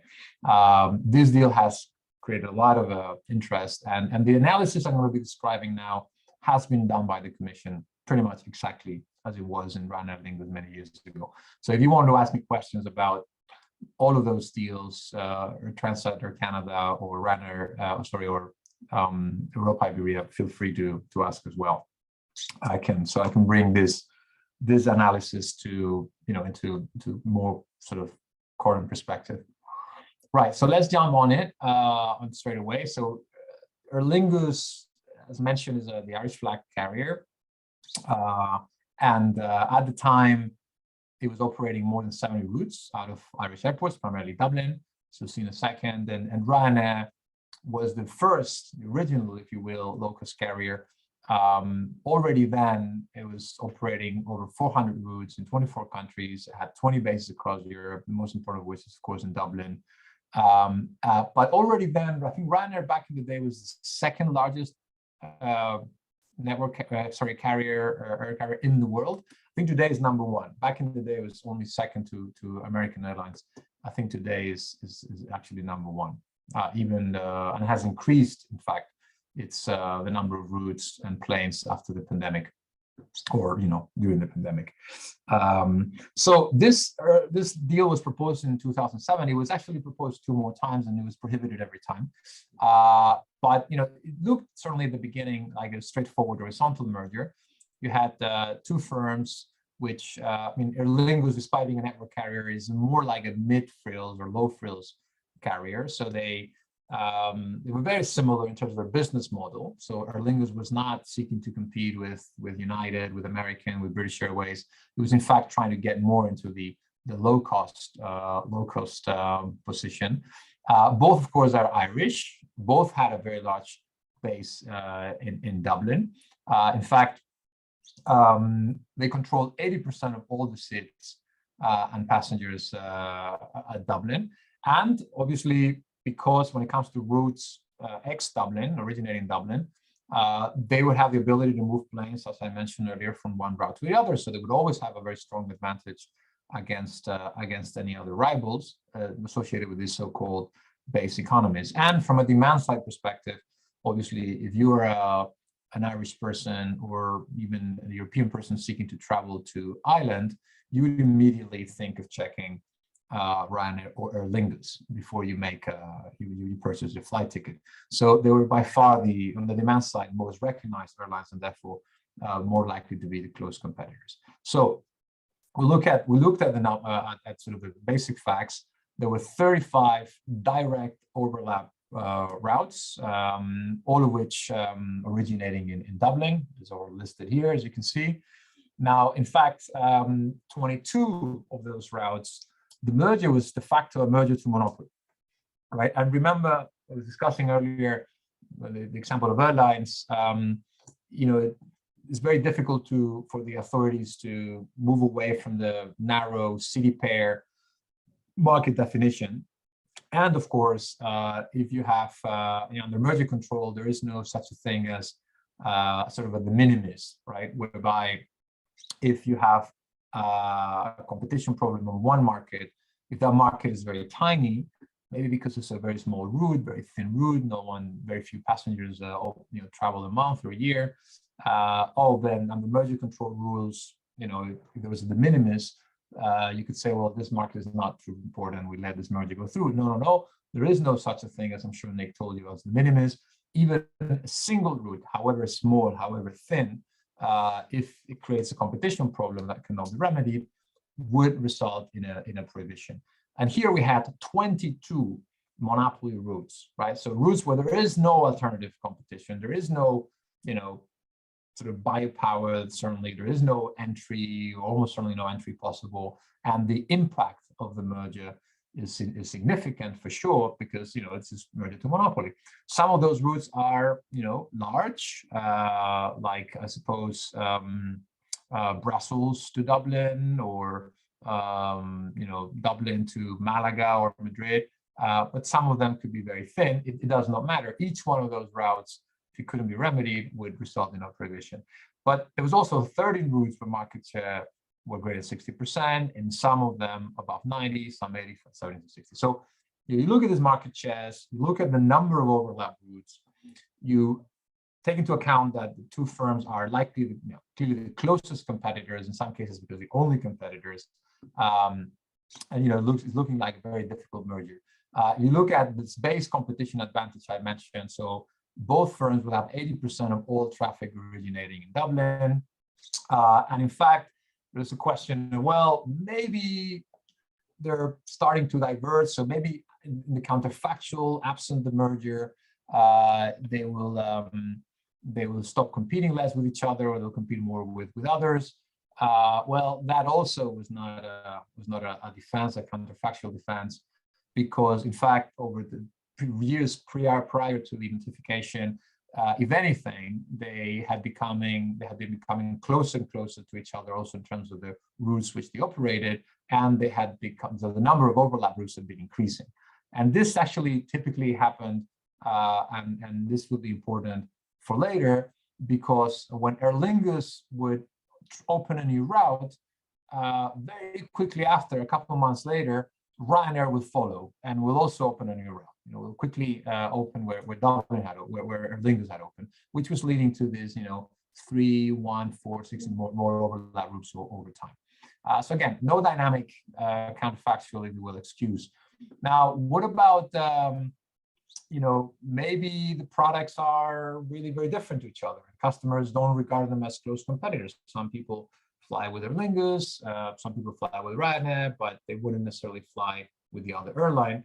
Well, we look at the advertising that they were doing, how they were positioning their service, and sure enough, actually they were clearly targeting each other. So this is advertising from Aer Lingus, clearly referring to Ryanair, saying fly low fare all the way, by which they mean that they fly to the airports that are close to the big cities. Unlike Ryanair, who, as I'm sure you all are more than familiar with, they say they're flying to Frankfurt, but Frankfurt Hahn, which is the airport they actually fly to, is no less than 100 kilometers away from Frankfurt city.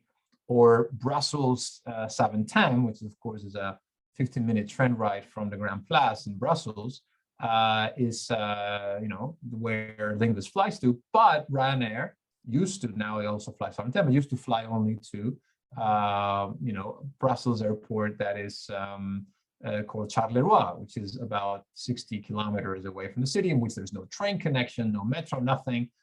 Once you land in Charleroi, you need to take a bus, which you need to wait for about 45 minutes. The bus itself takes like an hour. So, the trip, from Brussels Charleroi to Brussels Grand Place is sometimes much longer even than the flight. And so, but Aer Lingus is saying, no, I'm competing directly with Ryanair, attracting those passengers, and making reference to the advantage that I have traveling to these airports. Now, Ryanair did the same. Ryanair was actually even more brutally, as you would expect from Ryanair, comparing itself with Aer Lingus and saying, well, nobody beats Ryanair's price on our customer service, and then directly says that Aer Lingus has terrible service and they're always late, etc. And in some cases even compares prices. So here you put Ryanair and Aer Lingus, says Manchester, 15 pounds or 15 euros, not sure. Aer Lingus 40. And so, clearly there's no way Ryanair could argue, or emerging parties could argue, that they're not competing with each other and monitoring each other closely. And yet, if any one of you has ever had to deal with someone of the character of Michael O'Leary, you will be shocked. You will not be shocked to hear that Ryanair said, no.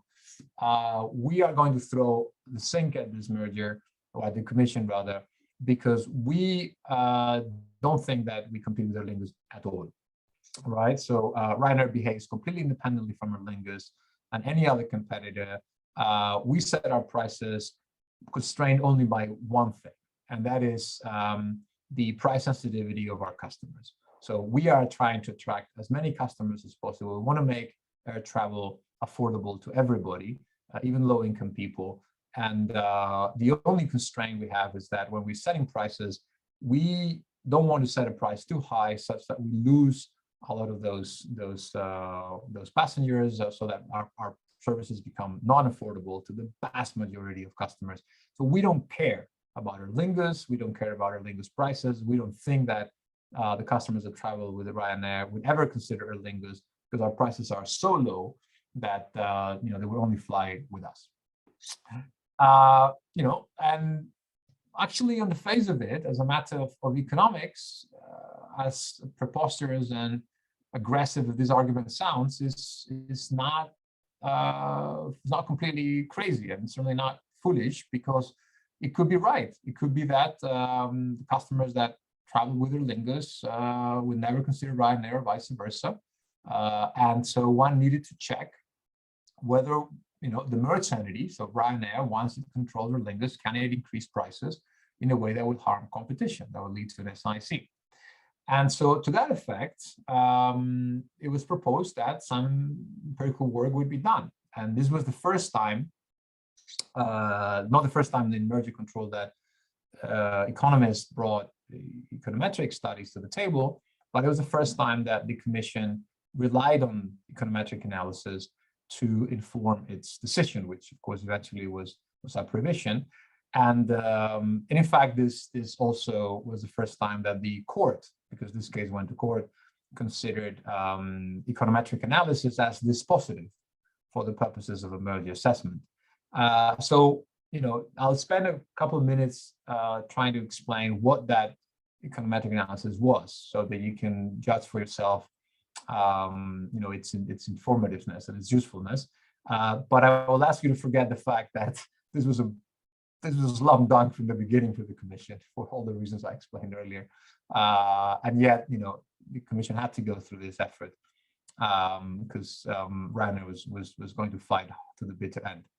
Now, there were two sets of studies. Ryanair economists presented their own analysis, and they tested the following hypothesis. The hypothesis was that Ryanair was, as I said earlier, charging very different fares in routes that also were being operated by Aer Lingus, and so there was no impact on price changes by Aer Lingus on Ryanair fares or vice versa.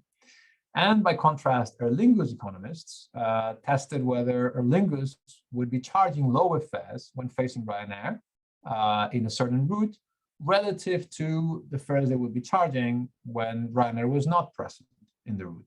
Now, you might ask, how is it that Ryanair economists are saying one thing and Aer Lingus economists saying the other? Well, the reason is that this was not a friendly merger, and as you may know, and Aer Lingus actually it was a hostile merger. Aer Lingus didn't want to merge with Ryanair, so they hired their own economists to prove that the merger would be in fact anti-competitive.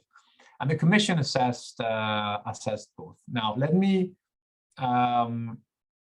skip this and go straight to the results, and I will explain what I just skipped by reference to this table.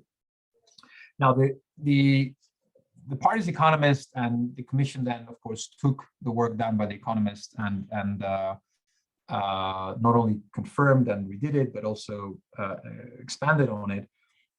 They're trying to test the following hypothesis, right? This work is really based on what's called a sort of price concentration analysis. You might have heard of it. The idea is very simple. The idea of intuition is that you have some routes, right, where Ryanair and Aer Lingus are both competing. And you have other routes where Ryanair is alone without competition from Aer Lingus, and other routes where Aer Lingus is facing no competition from Ryanair, maybe competition by other carriers, but no competition from Ryanair. So you have these three categories of routes: routes where they're both competing with each other, both routes where Aer Lingus is not facing Ryanair, and routes where Ryanair is not facing Aer Lingus.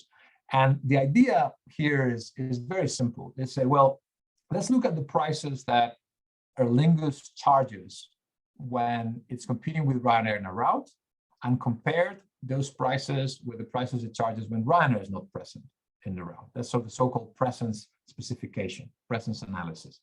Now, obviously, many of you will say, wait a minute, those routes are very, very different. So you cannot just compare the sort of the level of the price, because some routes have long distance, some routes are very thin in terms of number of passengers, some routes face competition from other carriers, some routes are holiday destinations, sunny and beach destinations, others are sort of city destinations where you go for business or to visit the city. So these are all very different. And indeed, what the econometric analysis allows you to do is to control for all these differences across routes. So you plug into your regression analysis, say, well, let's look at all these factors that influence price that we can observe, right? So the type of destinations, the distance traveled, the number of competitors in the route, how much advertising is spent, everything that you can observe. you plug it into your regression, and by doing that, you're controlling for all those factors that differ across routes in order to isolate the effect of the presence of Ryanair on Aer Lingus prices and vice versa, the presence of Aer Lingus on Ryanair prices.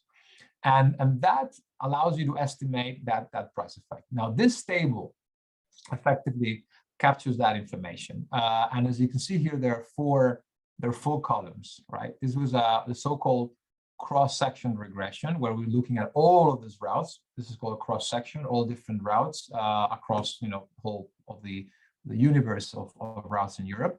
And we looked at 4 different periods. We looked at, well, 2 different periods, sorry, May 2006 and October 2006. Why May and why October?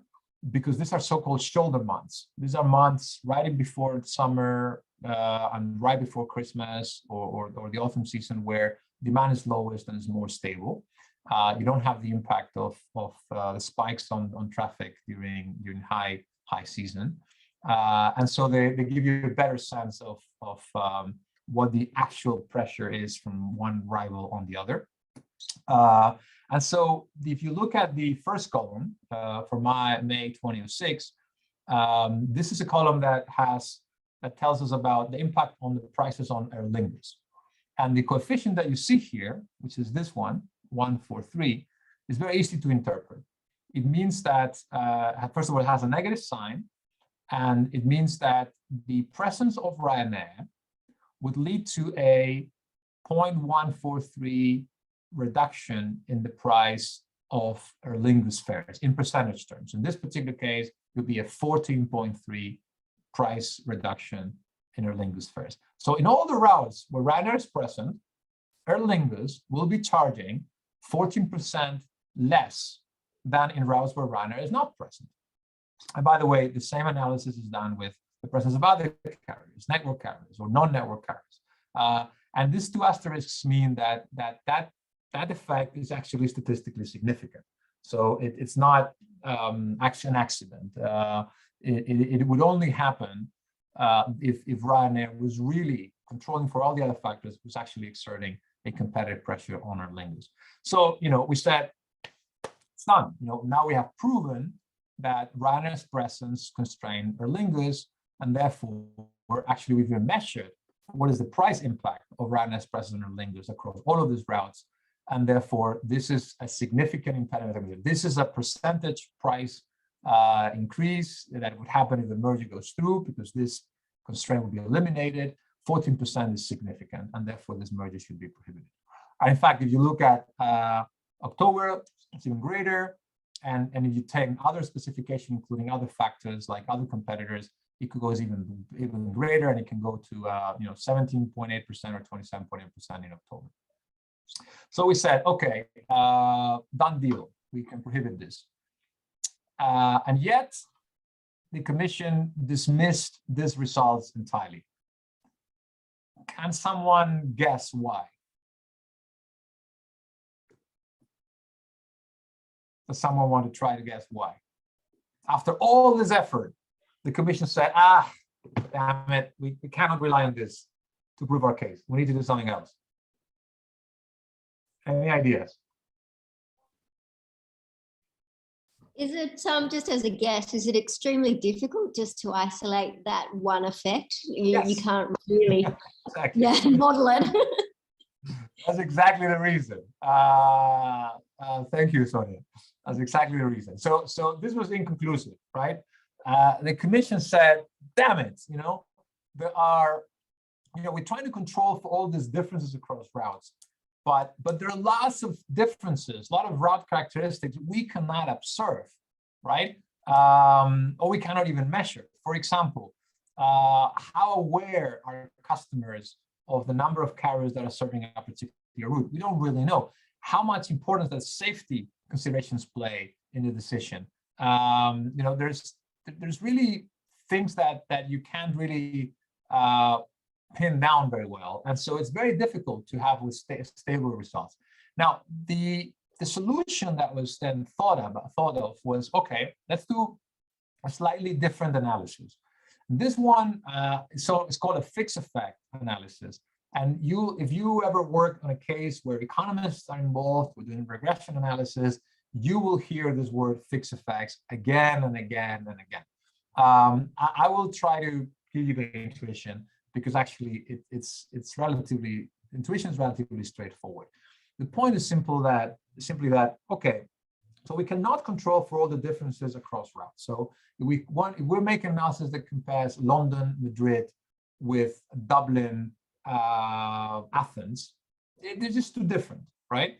But let's do a different thing. Instead of comparing this routes, let's look into a single route, and that's called the fixed effect. We fix a route, we fix the effects on a route, and instead of looking at how prices compare with other routes, we'll look at something else. We look at if Ryanair, if Aer Lingus is in that route on a particular period, let's say in 2005, and is there in 2006, and Ryanair isn't there, and is there in 2007, and Ryanair isn't there, and then all of a sudden Ryanair enters on that route and stays there for 1 year, 2 years, and we have all that data, so we know what happened, what were the prices of Aer Lingus in that route before Ryanair entered for a certain period of time, and we know whether after Ryanair entered, how those prices changed. Now we fixed the effects on one particular route, and we can compare a before and after the entry of Ryanair. We can do the same, of course, in the reverse. We can look at routes where Ryanair is present before, without any competitive competition from Aer Lingus, then Aer Lingus enters, and then we look at what the impact of that entry is on Ryanair's fares. We can do it in both directions. And then that change, that impact could be measured across all the routes that we have. And that's a fixed effect analysis. And that allows to avoid this problem of comparing routes and the characteristics which we cannot measure or control for, and gives us a very accurate measure of how much competitive pressure Ryanair exerts on Aer Lingus, because it's looking at how Aer Lingus changes its pricing within a route across all of the routes in the market. And that analysis, I'll skip this, gives us also a very similar result, which allows us to say, well, if the Ryanair presence leads to a reduction, negative sign, in the price of Aer Lingus flights, of Aer Lingus fares, and in this case, it was a lot lower. It was 7%, 7.7%, right? 0.07 and 7.7%. And so we could then argue, whenever Aer Lingus is on a route, if Ryanair enters the route, the competitive pressure that Ryanair exerts on Aer Lingus leads Aer Lingus to lower its price by 7.7% on average across all routes. Therefore, Ryanair exerts competitive pressure, and this analysis is robust. This analysis is not considered inconclusive. And on the back of this analysis, the Commission then had the evidence it needed to prove that the two parties were close competitors, to prove that the two parties were, in particular Ryanair, exerting competitive pressure on Aer Lingus, and also to argue, and this was the key really, that competitive pressure was significant, that the price effect that will result, the price increase that will result from the elimination of this competition would be significant, and therefore meet this SIEC standard that I was talking about earlier. Now, this case has been really, really important in the history of merger control in Europe for two reasons. Number one, because it has set up a threshold, a benchmark to what is significant. Anything above 7% is going to be significant. Now, of course, anything above 3%, 4%, 5% can still be significant, but certainly anything above 7% is going to be significant because we have a prohibition based on this number, which was in fact endorsed by the courts. Now, of course, the second reason why this merger was really critical is because, as I explained here, it was also the first time that the chief economist testified in court, and where the court ultimately concluded that indeed, this is the conclusion of the court judgment, that the Commission has to do a close scrutiny, cannot have a hands-off approach. Oh, market shares are very high, 22 monopoly routes, another 15 routes with dominance, close competitors on the basis of qualitative evidence via many. Well, no, that's not enough. The Commission did the right thing and have a close scrutiny and do this empirical analysis. It endorsed the Commission's analysis in all points, and most importantly, it looked into the econometric analysis, understood it, and said, you know what, this is helpful and actually dispositive to establish SIC. Now, the only judgment that has been, as important as this one from the perspective of doing economic analysis and merger control is the Hutch judgment, which is just very recent, which goes to the opposite extreme and another commission decision for not actually proving enough that the merger there would have led to a price increase, unlike what it did in Ryanair Lingus. So the Hutch judgment, which we'll have a few words maybe at the end today, has to be seen also in contrast with this one. So and there was some nice quotes on the court's judgment, such as this one, 151 and 152, paragraphs 151 and 152, where you wouldn't expect a general court like the one we have in Luxembourg to go into a detailed description of the techniques that we used here to estimate price effects, and actually explain it. Cross-section analysis involves comparing first charts from routes where there's competition, fixed effects regression examines difference in fares, it was pretty mind-blowing when the court decided to go so deep into this. And I think since economic analysis, and in particular econometric analysis, become relatively common in mergers whenever the data, of course, is available, as a way to establish significance of the unilateral effects in particular. Right, so that is all I had to say about this example. Again, let me pause here and check if there's any thoughts or questions or comments. I have one question here. This fixed effects methodology depends on having an entry in the market. Is that possible to have the same methodology without an entry? Right, excellent question, and clearly proving that you have paid close attention. Let me answer straight up saying, yes, it does need examples of entry in that particular market. Otherwise, you have no ability, as we economists say, to identify the effect. So there's no identification power, right, on your analysis.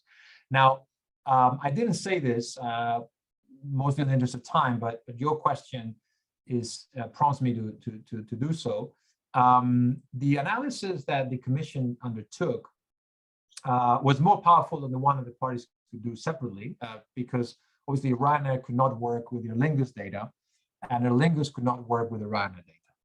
But even with the fixed effect analysis, and the commission pulled all the data together, even with the fixed effect analysis, Ryanair looked at, it had data on its own fares, right? Ryanair economists had data on their own fares. And they looked at the impact of Aer Lingus presence on, when Aer Lingus enters into Ryanair's fares. And they said, we don't detect any impact, right? So Aer Lingus, they argued, is not constraining Ryanair. Whereas Aer Lingus economists did the same thing, but looking at the impact of Ryanair entry on certain routes on Aer Lingus fares, because that's the data they had. And they said, no, we do detect an impact. This 7.7% impact that I illustrated. And so we at the commission, and by the way, it's all very, I have no biases here. So CRA was working for Lingus, RBB was working for Ryanair. I was at the commission, and Compass Lexicon, which is the firm I work for now, was not involved, right? There is no bias here. But the RBB did a good job, and the results they got were right. There was no mistake there. Indeed, there was no impact of Aer Lingus when they entered into routes into Ryanair with Ryanair prices. However, the commission said that does not mean the Aer Lingus is not constraining Ryanair. The reason for that is exactly your point, Yves, right? Which is there was very few examples of, in fact, Ryanair operating a route without Aer Lingus presence and Aer Lingus entering that route that would allow Ryanair economists to actually estimate that effect. Because as this graph shows, and I mentioned at the beginning, it was the other way around. What usually happened was that Aer Lingus would open a route, will operate it for a number of months, in some cases a year or two, and then it would be Ryanair who enters. So it was only the regression, the fixed effects regression that was looking at the impact of Ryanair's entry on Aer Lingus that could allow us to identify a price effect. That's where we have data. We have virtually no data on the other way around. So does that answer your question? Thank you. All right, any other thoughts or comments? No? All right, then let me move on to the next module. Let's see if I can do this smoothly. So now we're going to skip discussing mitigating factors, so efficiencies and entry for the time being. We'll come back to those hopefully later, but instead we're going to continue with theories of harm. And now we're going to go on to discuss vertical mergers. And here, let's get to the top of it. Now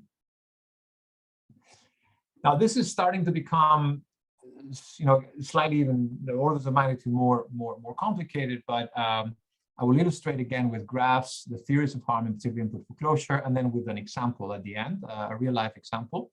But before we jump into this, I'd like to know whether, in your session with Nick last week, how much time did you spend looking at theories of harm related to vertical and conglomerate effects? Can someone tell me?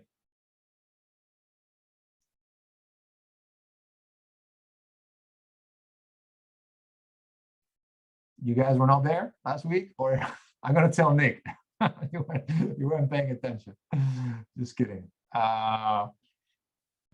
Anybody? I think if I'm not mistaken, then it was not too much time, maybe around 10, 15 minutes. That's all? I could be wrong, but I assume.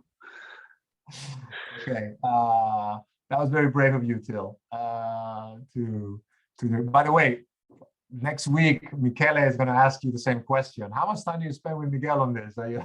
You better follow what's coming. Again, just kidding. All right, so vertical and conglomerate effects. Now, obviously, these are very different to horizontal mergers. What we're referring to here is mergers between firms that involve companies in a supplier-customer relationship. Those are vertical mergers. So in other words, these are firms that operate at different levels of the supply chain.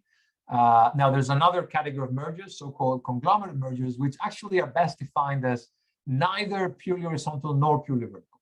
So these would be firms that are not in a supply relationship or that are not competing in the same market, and yet they come together, and there could still be a concern or a type of anti-competitive effect, but only in a reduced number of cases. And they typically tend to be when either the goods are complements in demand. So for example, the usual prototypical example is ink and printers. So if an ink supplier merges with a printer supplier, you might have, it's a conglomerate merger, both sell directly to customers, but the products they sell are complementary. Customers need to have a printer and need to have the ink, need to have both in order to do what they want, which is to print paper. Now, another category of this conglomerate mergers, which could lead to certain theories of harm or concerns, is when the firms, although they're not competing directly and they're not supplying each other an input or otherwise, they actually serve the same customer pool, the same number of customers, even though they are, from an antitrust perspective, in different antitrust markets. Now, I think the best example of that, which is also an old one, is Grand Met, the merger Grand Met, which is spirits, so alcohols, right, or alcoholic beverages. You have, for instance, and this is always a very controversial example, but I think it fits the bill, it gives intuition. You have customers who like vodka, so drink vodka, and they will never be caught dead drinking anything else. And other customers that might be drinking whiskey. And these are separate products, but some of the customers actually will be drinking both. So they might be drinking the same, even though if you're a supplier of vodka, you're not competing with suppliers of whiskey and vice versa, and certainly not in a supply relationship. But there could still be a concern. It's typically referred to as portfolio effect. So you control a wide portfolio of products that is targeting the same customer pool, or a customer pool that overlaps to a significant extent. So those are in terms sort of definitions. Now, a couple of general observations, and if you plan, and I say this tongue in cheek, of course, and if you plan to doze off for the rest of this module, because it's otherwise very tiring to listen the lecture for many hours. Please, it's okay, but please don't do that before we've covered this slide. This is the most important slide, probably of the whole day, right? As far as I'm concerned. And the message is really important, especially nowadays with all this hype about digital mergers. Non-horizontal mergers with a vertical conglomerate raise different concerns than horizontal mergers. And this is because there is no loss of direct competition between the merging parties. So it's not as if you are eliminating a competitor, and once you bring all of those close substitute products together, you can raise prices because if customers switch away, you will be recapturing them like with Stripe. None of that is going on here. There's no loss of direct competition. So there is no upward pricing pressure, right? There is no sense in which one can say, oh, every horizontal merger is anti-competitive. No, you cannot say that for vertical mergers. These firms are not competing with each other. And not only that, but because they are supplying each other, if it's a vertical merger or a conglomerate merger, there's a complementary relationship. There are complementarities that often lead to significant efficiencies and that benefit consumers, right? And we'll illustrate those in a moment. Now, having said that, yes, vertical mergers can lead to anti-competitive effects, but the way it happens is different to horizontal mergers. It's indirect.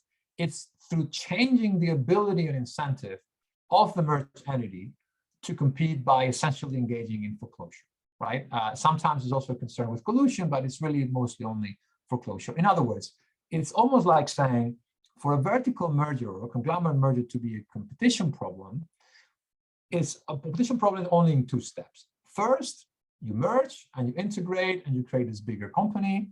And then after the merger, this bigger company that now controls different layers in the supply chain is going to engage in conduct that would otherwise be abusive, under 102, for example. And I think you guys have maybe already run through the 102 module. And so you first merge, and then you engage in abusive conduct.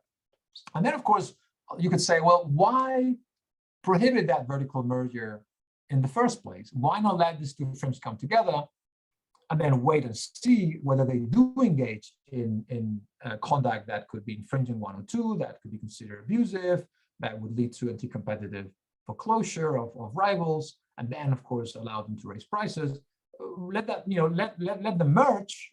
Then, we see what happens. And if they do, in fact, engage in that conduct, that they change their conduct because they have now this ability and incentive to foreclose, then we use 102 to prohibit, right, that conduct, or we fine them for doing so. And indeed, that was the way many people thought we should deal with vertical mergers back in the 90s, and certainly that was the way they were dealt with before merger control existed in the late 70s and 80s. The problem is, of course, as I'm sure you all are familiar with or can imagine, you let these firms merge, you cannot unscramble the eggs. And once they start engaging in conduct that could be anti-competitive and foreclosing competitors, it could take years until 102 can be brought to bear, even assuming you can prove that they're dominant. Sometimes they may not even reach the threshold of dominance, which, as you also all know, it's not illegal to be dominant in Europe. It's just the abuse that is dominant. So it's understood that firms, even though there's no loss of direct competition, even though there's a lot of efficiencies you may still want to look into these mergers and indeed, in some extreme cases, prohibit them. But, and this is included in the horizontal merger guidelines, there is a presumption. It's a presumption that's under challenge now, but there's a presumption that vertical conglomerate mergers are pro-competitive. And therefore, the standard to establish competition concerns is a lot higher than for horizontal mergers. Now, if you want those off, it's fine by me. Let's look into the theories of harm. So first of all, let's talk about actually the benefits first, just to persuade you that those benefits are very, very important.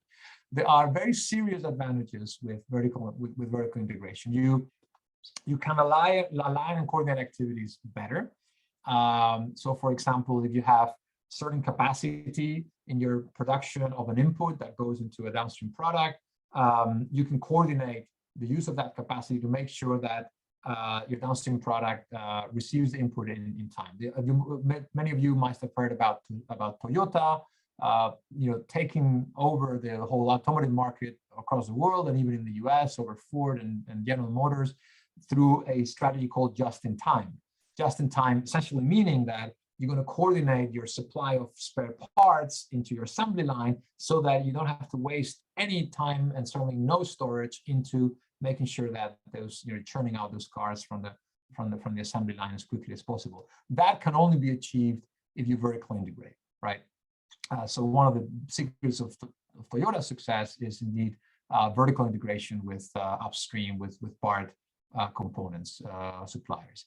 Now, you can also ensure the vertical integration that your product is going to be more compatible. You go back to the ink and printer example. It's famously known that printer manufacturers insist that you buy the ink from them, of course, at a very significant premium price, but their argument is compelling. What they say is, look, our printers are designed to work specifically with our ink, the content of whatever the ingredients, the density, all of that stuff. And so you want the best results, the ones that we promise, you have to use our ink. So again, a merger with an ink supplier and a printer supplier would allow that to happen. There's no such mergers anymore because vertical integration is so important that typically all print manufacturers do sell their own ink as well. And then you can internalize externalities. In particular, the most important one, which is called double markups or double markup internalization. And let me illustrate that with some intuition. Let me illustrate with a graph, but let me try to give you an intuition first. In the market for mobile telephony, you often have, you probably all are aware that if you are roaming, you're not connected directly to the network of your home country. Instead, you're connected to the network of one partner network in the host country where you are roaming.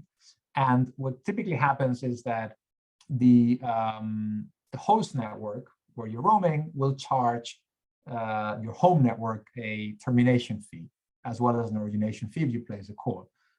And that fee will have to be paid by your home network. Will be passed on to you as a customer when you get back, which is why for many years we all had to pay significant higher roaming charges. Now, if you were to have these networks integrated, and that was the business rationale for Vodafone, for example, to expand across Europe, you can say, well, look, if I have the host network and the home network, so I can provide a seamless service even when roaming to my customer, I save that termination fee. I save that origination fee. I don't need to pass it on to the customer. I internalize that markup so I can give a better price, a better service. So that is the logic of double markup internalization. But let me try and go even further than that by illustrating with a graph. Now, it goes to the point that, people say, economists make this sort of very unfunny joke that there's only one thing worse than one monopoly. And that is, two monopolies, one in sequence of the other. So a sequence of monopolies is the only thing that's worse than one monopolist. And the reason for that is because each monopolist is going to charge its own markup.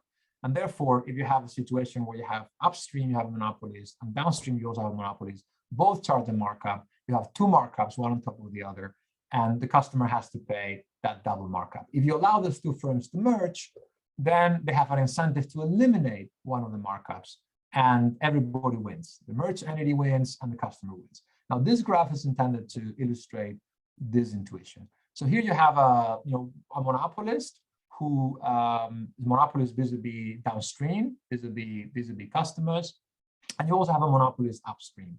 Now, if this market were completely competitive, as you may know, competition drives prices down to costs. So if this was completely competitive, the price in this market would be 4, because 4 is the marginal cost, let's say the variable cost of producing this product. So this would be the lowest possible price that competition can give us, right? So you would have a price of 4, and at that price, this is the demand curve, people would be willing to essentially buy at the price of 4 quantity of 8. This is a very simple example, by the way, but I hope it helps to illustrate why the intuition why eliminating a monopoly is a good idea. So converting 2 into 1. So that would be the best thing you can do. Now, however, in this case, you actually have a monopolist upstream. Now, this monopolist says, well, I have a cost of producing the input, 4, and I want a markup. I'm going to want to sell at a markup, so I'm going to impose a wholesale price of another 4. So this 4 to 8 is the wholesale margin. Now, of course, at that price, you sell a lot less, so customers demand a lot less.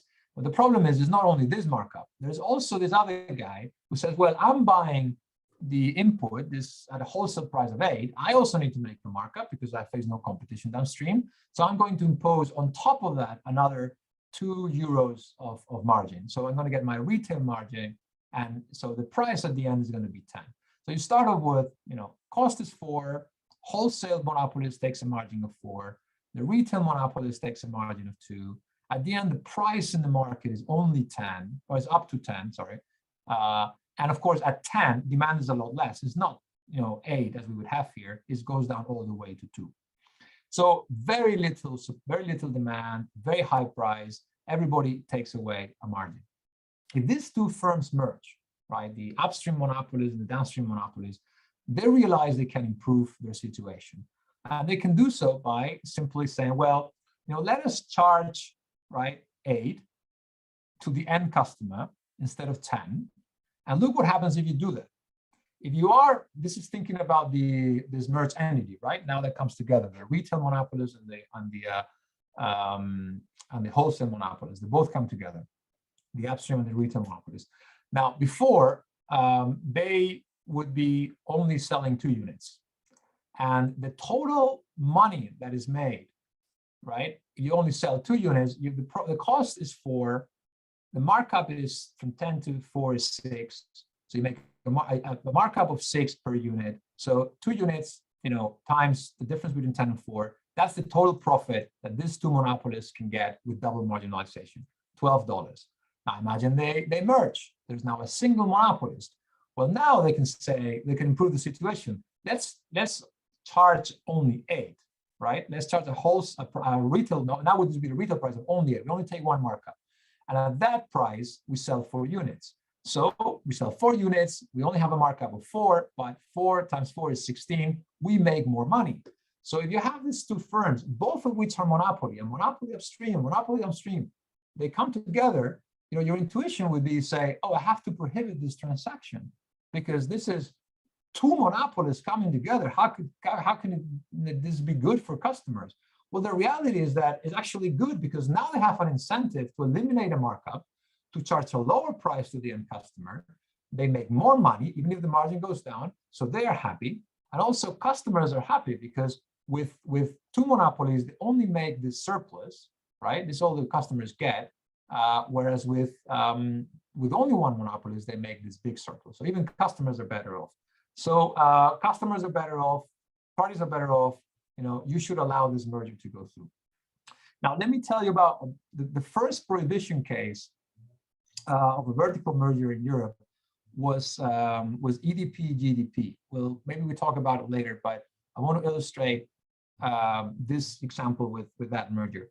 EDP is Energy de Portugal. So it's the electricity provider in Portugal. And GDP is Gas de Portugal. So it's the gas provider in Portugal.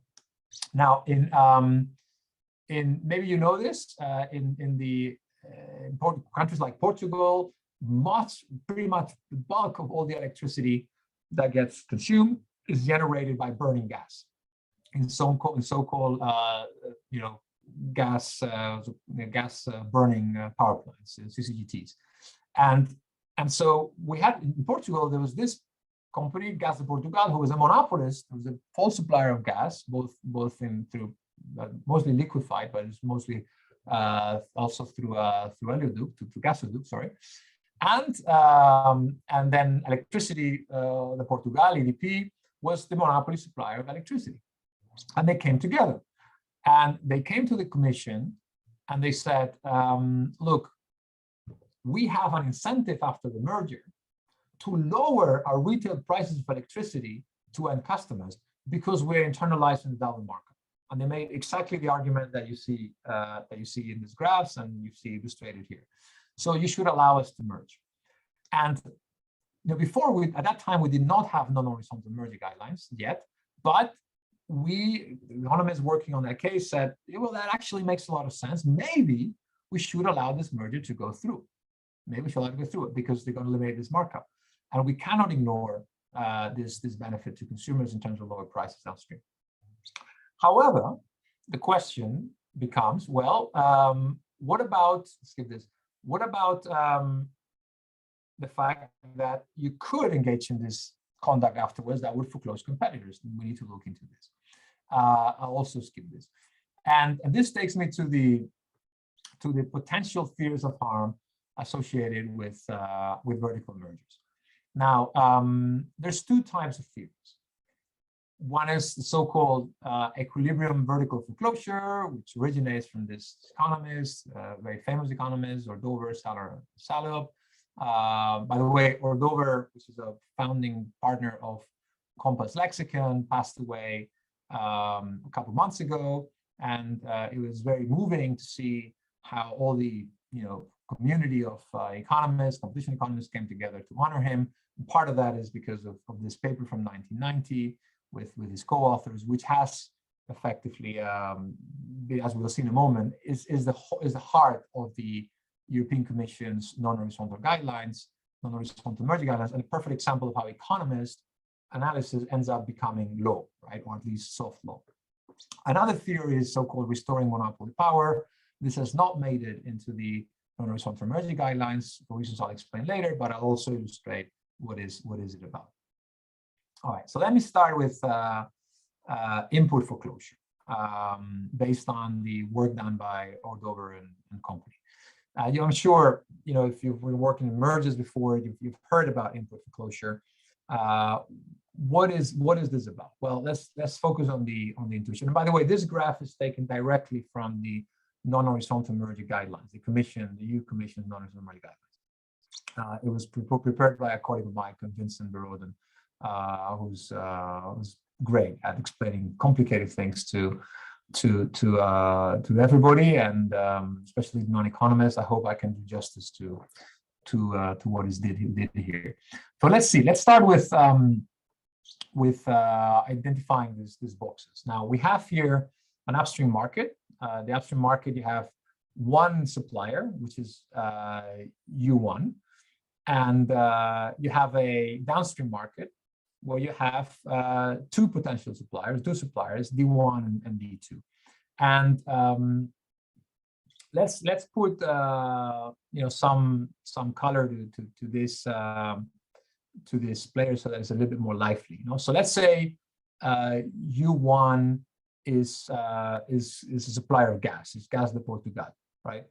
And is a monopoly supplier. And D1 is electricity of Portugal, so it's an electricity supplier, but it faces a competitor. Now that competitor is actually Endesa or Iberdrola. These are electricity companies operating in Spain who have opened up operations in Portugal or trying to expand them, But in order to do so, they have to buy gas to burn and sell electricity from Gas de Portugal, from U1, right? So that is the setup. We also have a potential entrant. That's why it's U2. It's a little bit sort of rough. It's not really in the market yet, but it could come in the market if the opportunity arises. Maybe you could think of this as essentially being one of the other gas companies and big gas companies that is bringing liquefied gas into Portuguese ports, and then could enter the market and sell in competition with Gas de Portugal. So what is the input? This is the setup. Now, what does the input for closure theory of harm say? Well, it's actually very simple. It's also sometimes referred to as raising drivers cost, so RRC, because it's all about increasing the costs to the downstream competitors of the downstream firm that is downstream division that is merging. And the idea is straightforward. You say, well, look, Gas de Portugal and GDP and EDP are going to come together. So gas supplier comes together with electricity supplier. We first have efficiencies. We know this elimination of this double markup is going to happen. So this is going to mean that electricity of Portugal is going to be able to access the gas at a much lower price without a wholesale markup, let's say even at cost, right? So that's going to reduce the price of inputs. And because it reduces the price of inputs of the gas, it allows the sale of electricity in the retail market to also be made at a lower price. So that's an efficiency that needs to be taken into account. However, electricity of Portugal is also competing with Endesa, is competing with Iberdrola, these other electricity producers that are coming from Spain, and they are buying this gas from Gas de Portugal. But now, post-merger, the merged entity is going to say, I stop supplying the gas to you, so the costs are increased. And what are these guys going to do? Well, they have in an extreme, they'll have to exit the market. But, and that of course would mean, the guys exit the market, there's no more competition downstream.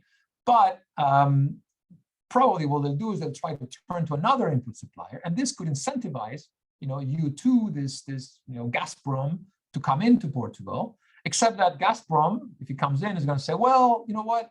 I am going to supply gas to you, but it's going to be at a much higher price because now I'm a monopolist. You have no other alternative than me, than what you were paying before from Gas de Portugal, so from GDP. So the input prices, the price of the gas for these guys, for Endesa and Iberdrola, actually goes up.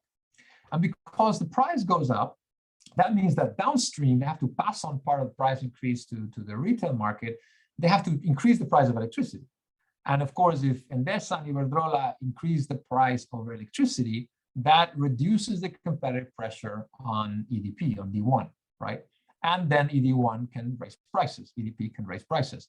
And through this effect, for closing access to the input, in this case, gas, you reduce the ability of your downstream competitors to compete with the downstream division of now the merged entity, allowing that downstream division now to increase their prices.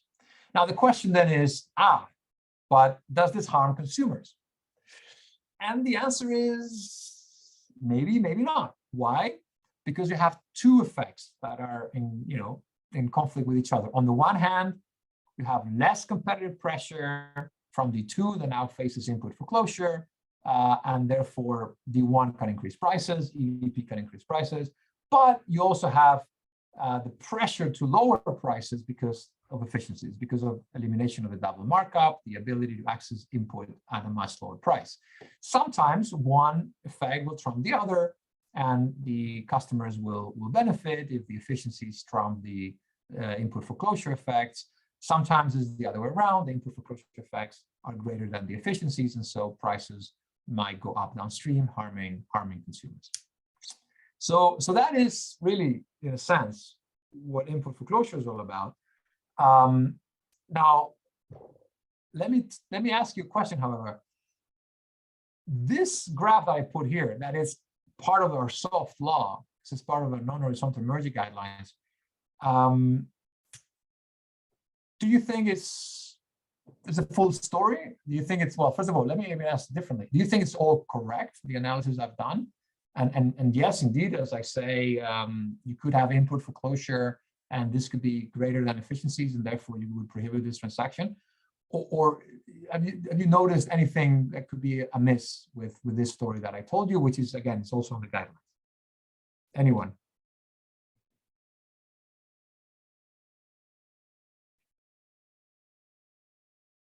I see a lot of attentive faces, which is very encouraging, but no one willing to comment whether they think this is all correct, what I described. I may have been. I have, if yeah. I may. The question, a question could be whether or not U1 actually has enough output to fulfill all the needs of D1, or rather, if D1 can get all the input from U1. So, because otherwise U1 wouldn't have a reason to make an input foreclosure, because they would lose sales because they sell less. Right. So that is actually once. I mean, let me try and rephrase. Maybe this is not exactly what you said. Let me try and rephrase it, because indeed that is one step in the direction of a problem with this analysis, even actually a logical inconsistency. You know, if U1, as you say, has a lot of capacity, right?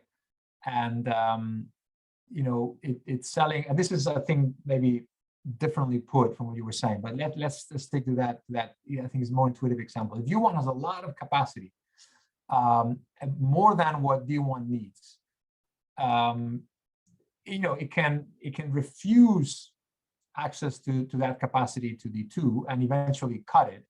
But what if D1 later on, right, needs more capacity, and U2 has cut it, right? So D1 is going to suffer as well. So there's a problem there in terms of this idea, and this will come up in a moment, you know, of commitment, where U1 is not that it can just say, well, I will stop supplying or I'll increase the cost of supplying without consequences to its ability to continue to supply to D1. It can happen that this impacts the supply from internally within the merged entity. So that's one issue, and that points us into another problem, which is actually related to what U2 is going to do, and then what U1 is going to do in reaction to U2.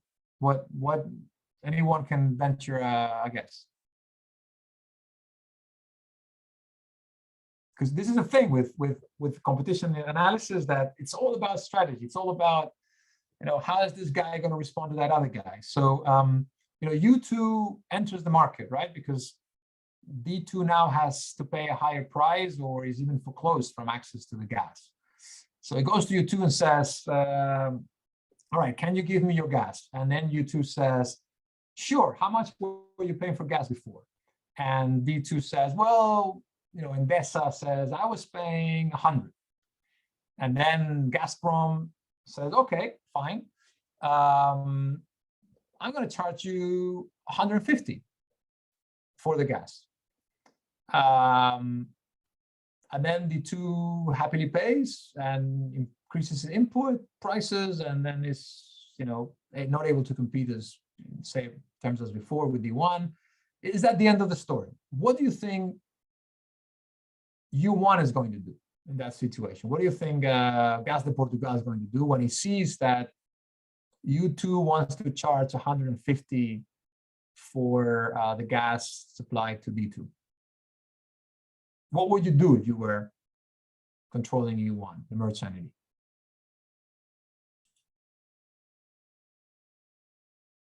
Anybody?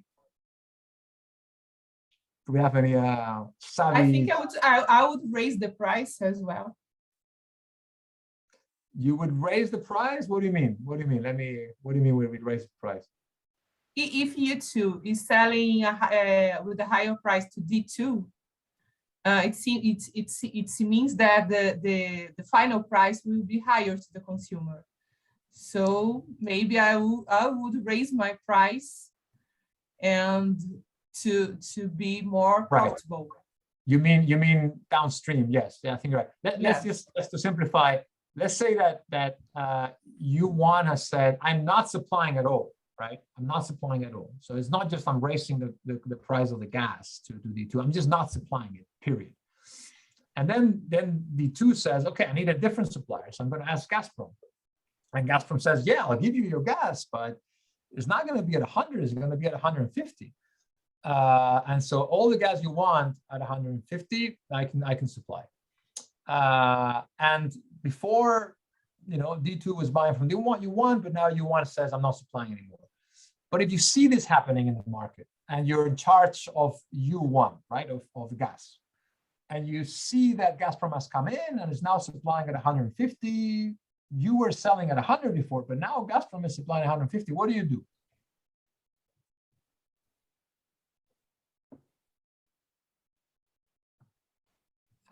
Maybe I would like to compete to supply to D2 or to the others. Right. So exactly. That goes in there. I mean, clearly, I'm not a businessman, so I only know this because I've talked to businessmen. I would not have occurred to me. In fact, economists are not good at this for reasons I'll explain in a second. Yeah, businessman is going to be looking into this and say, wait a minute, I'm going to go to D2 and say, yeah, I know I told you I will not give you the gas at 100. But hey, I mean, you're still getting the gas at 150. How about I give it to you at 149? Right? And then D2 says, well, it's okay, fine. And your U1 is saying, fantastic. Not only I managed to increase the price from 100 to 149, but I also don't lose any sales because I'm still selling to D2. It's perfect, Yeah. And the problem is that is not quite the end of the story either. Because now you're the business manager at U2. What do?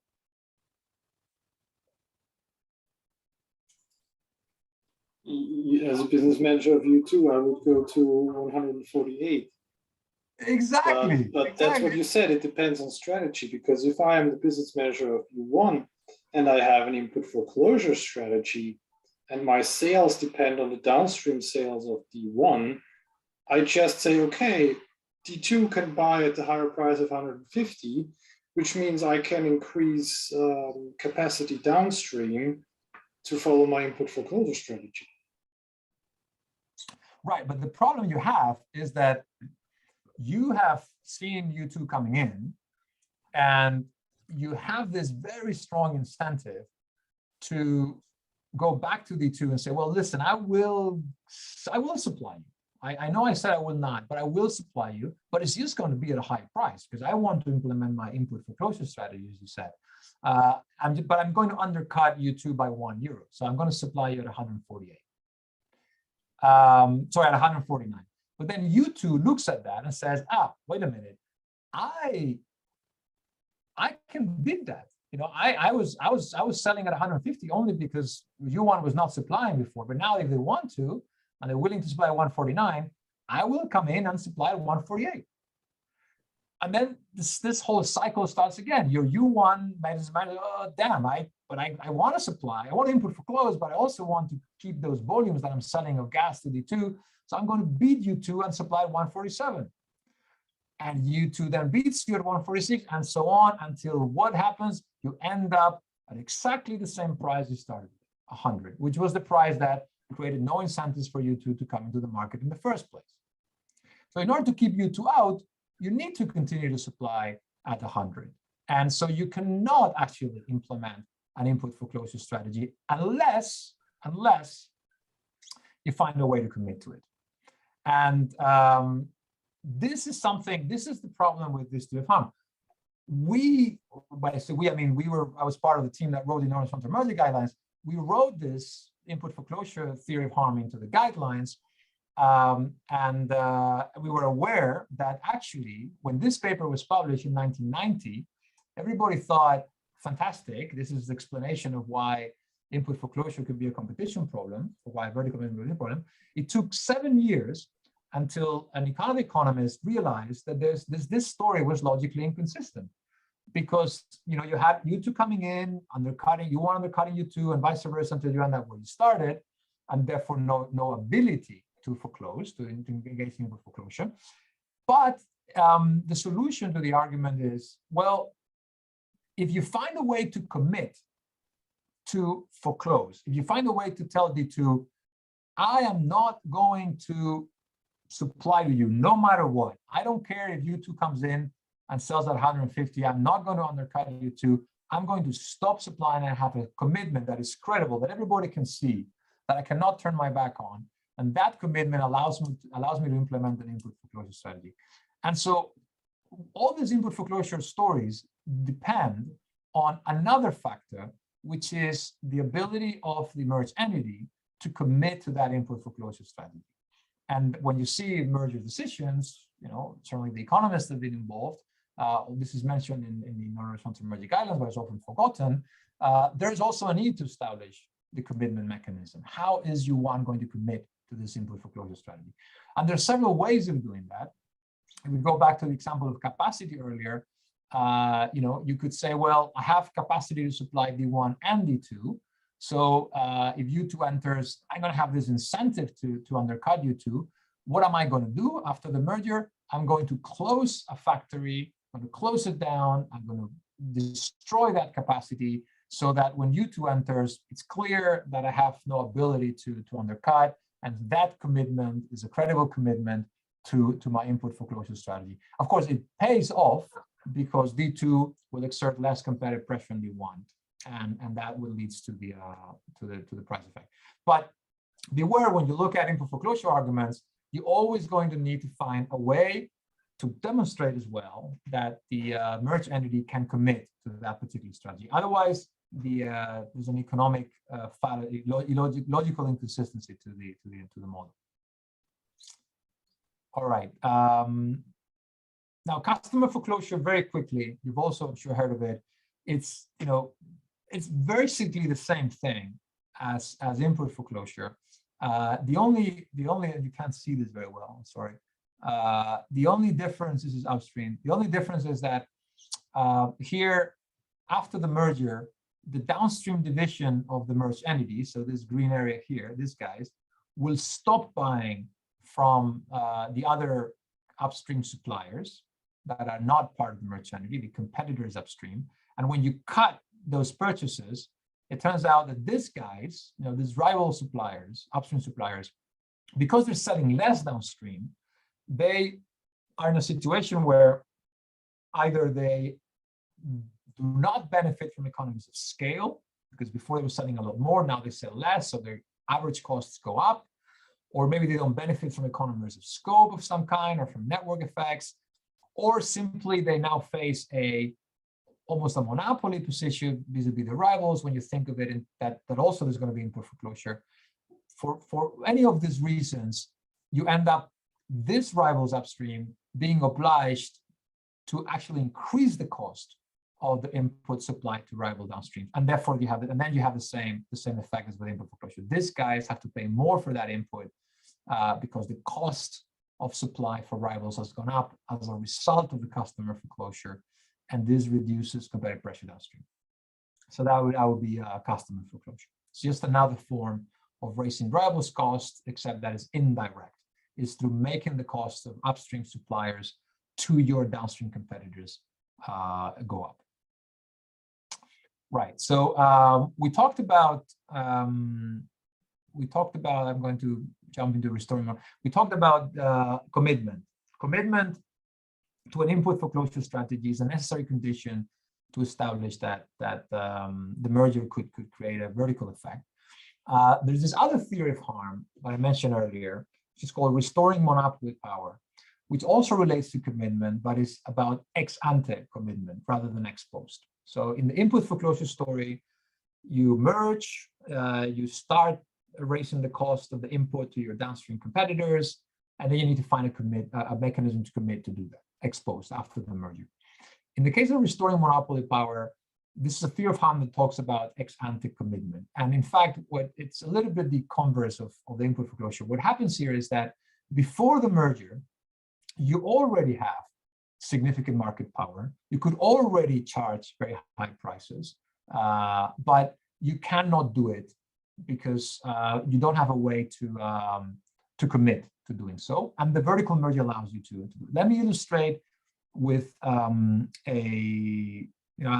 change the names because it's a live merger, and I don't want to get into trouble.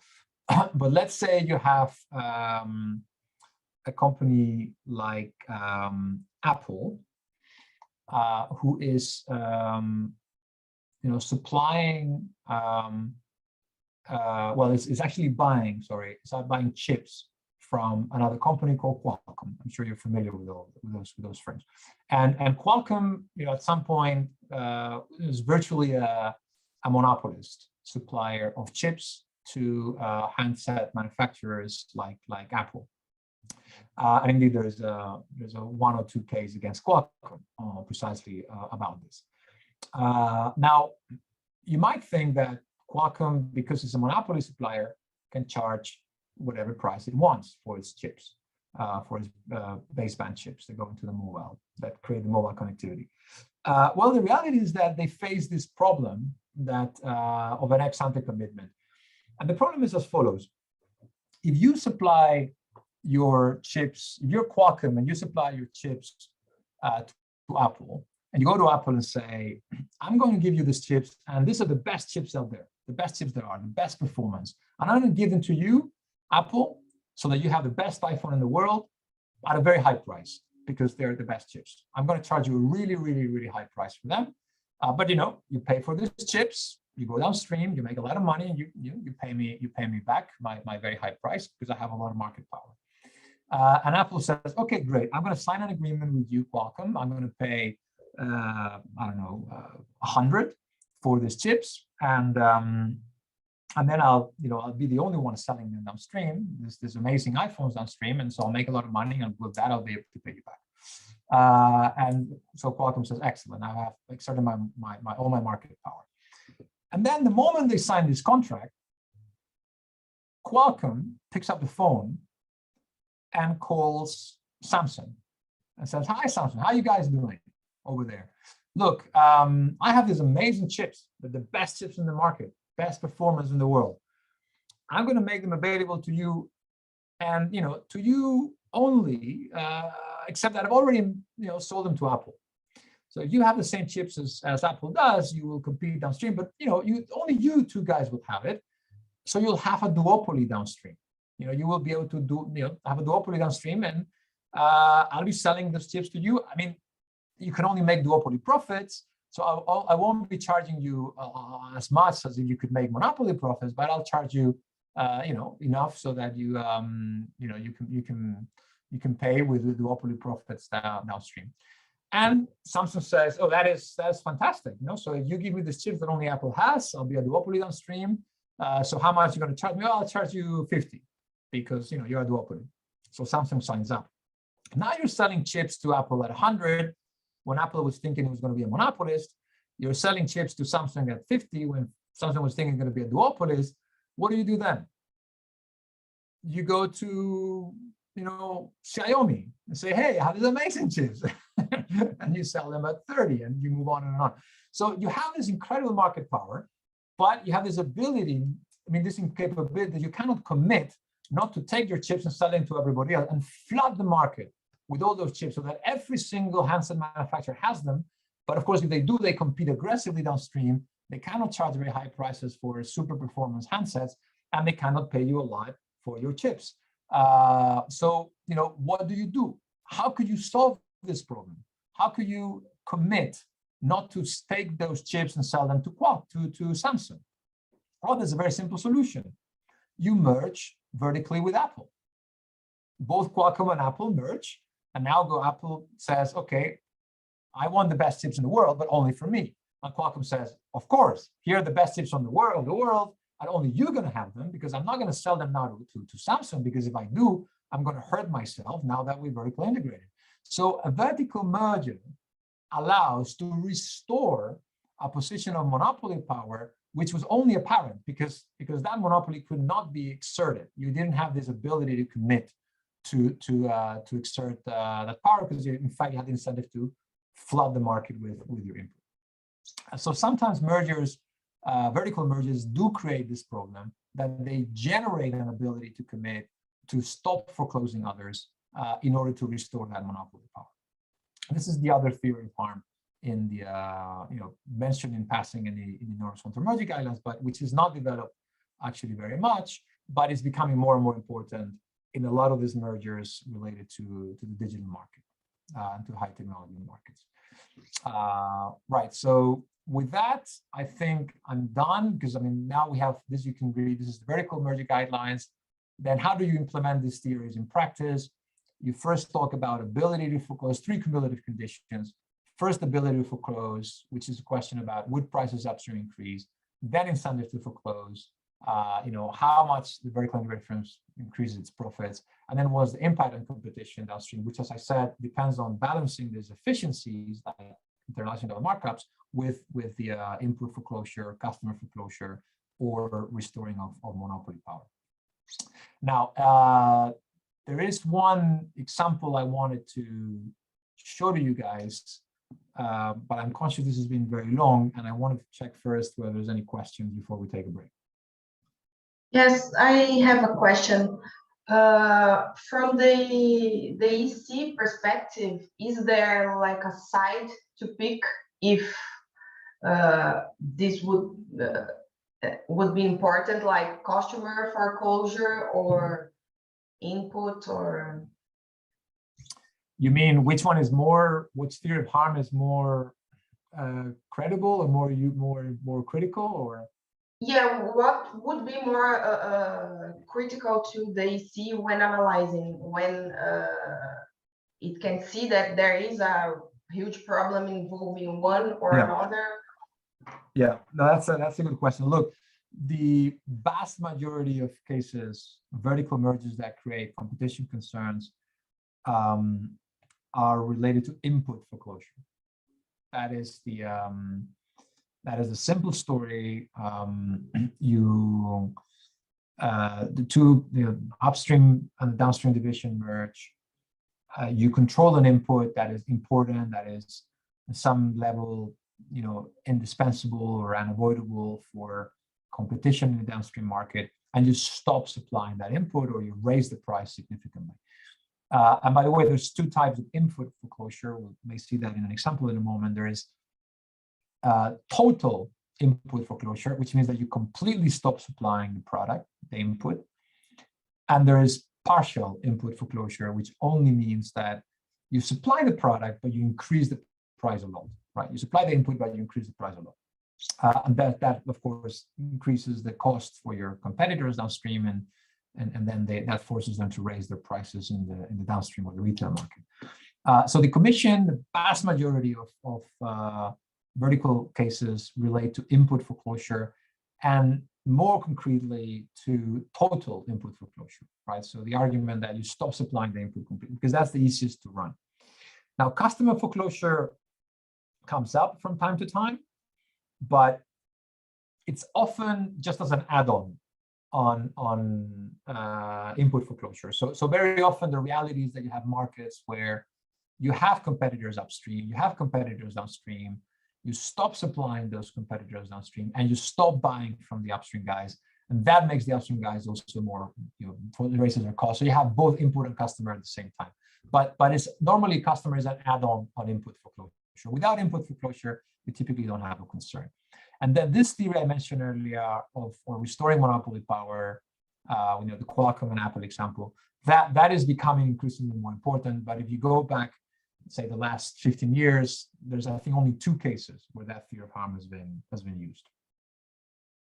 Although it's, I think now it's probably half of the vertical cases are related to this theory. Right. So any questions there? We'll take a break, and then we'll look at a quick example of vertical foreclosure, a real life one, before we jump to another module. But before we take a break, just checking again if there are any questions. No? Okay then. So 5 again, like before. Let's have well, let's have 10 minutes. Now we're getting tired and tired, more tired and tired. So let's have 10 minutes. So it's 4:35. Let's regroup at 4:45, at 4:45 on the hour. All right, great, thanks.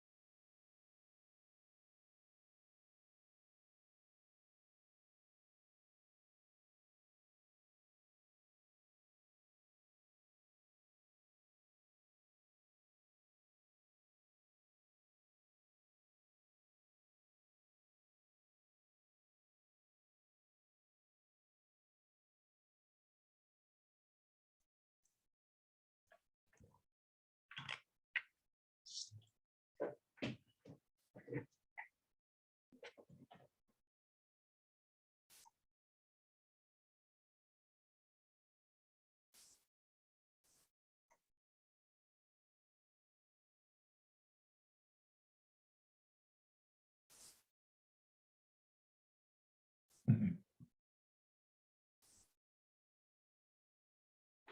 there, everybody again. I didn't count the number of participants, but I don't think we've lost that many. I will.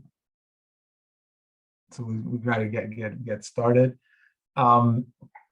So I wanted to now this will be maybe 15 minutes where I like to give more sort of real life feeling for the relatively abstract discussion we've been having on vertical effects and in particular input foreclosure by illustrating with a real life case. Now, I have, partly because of lack of time and partly because I think it's more maybe helpful for you, I have here a set of slides, just a sample, a selection of slides which I haven't modified. These are the same slides we have presented in the context of the case to both the European Commission and the CMA.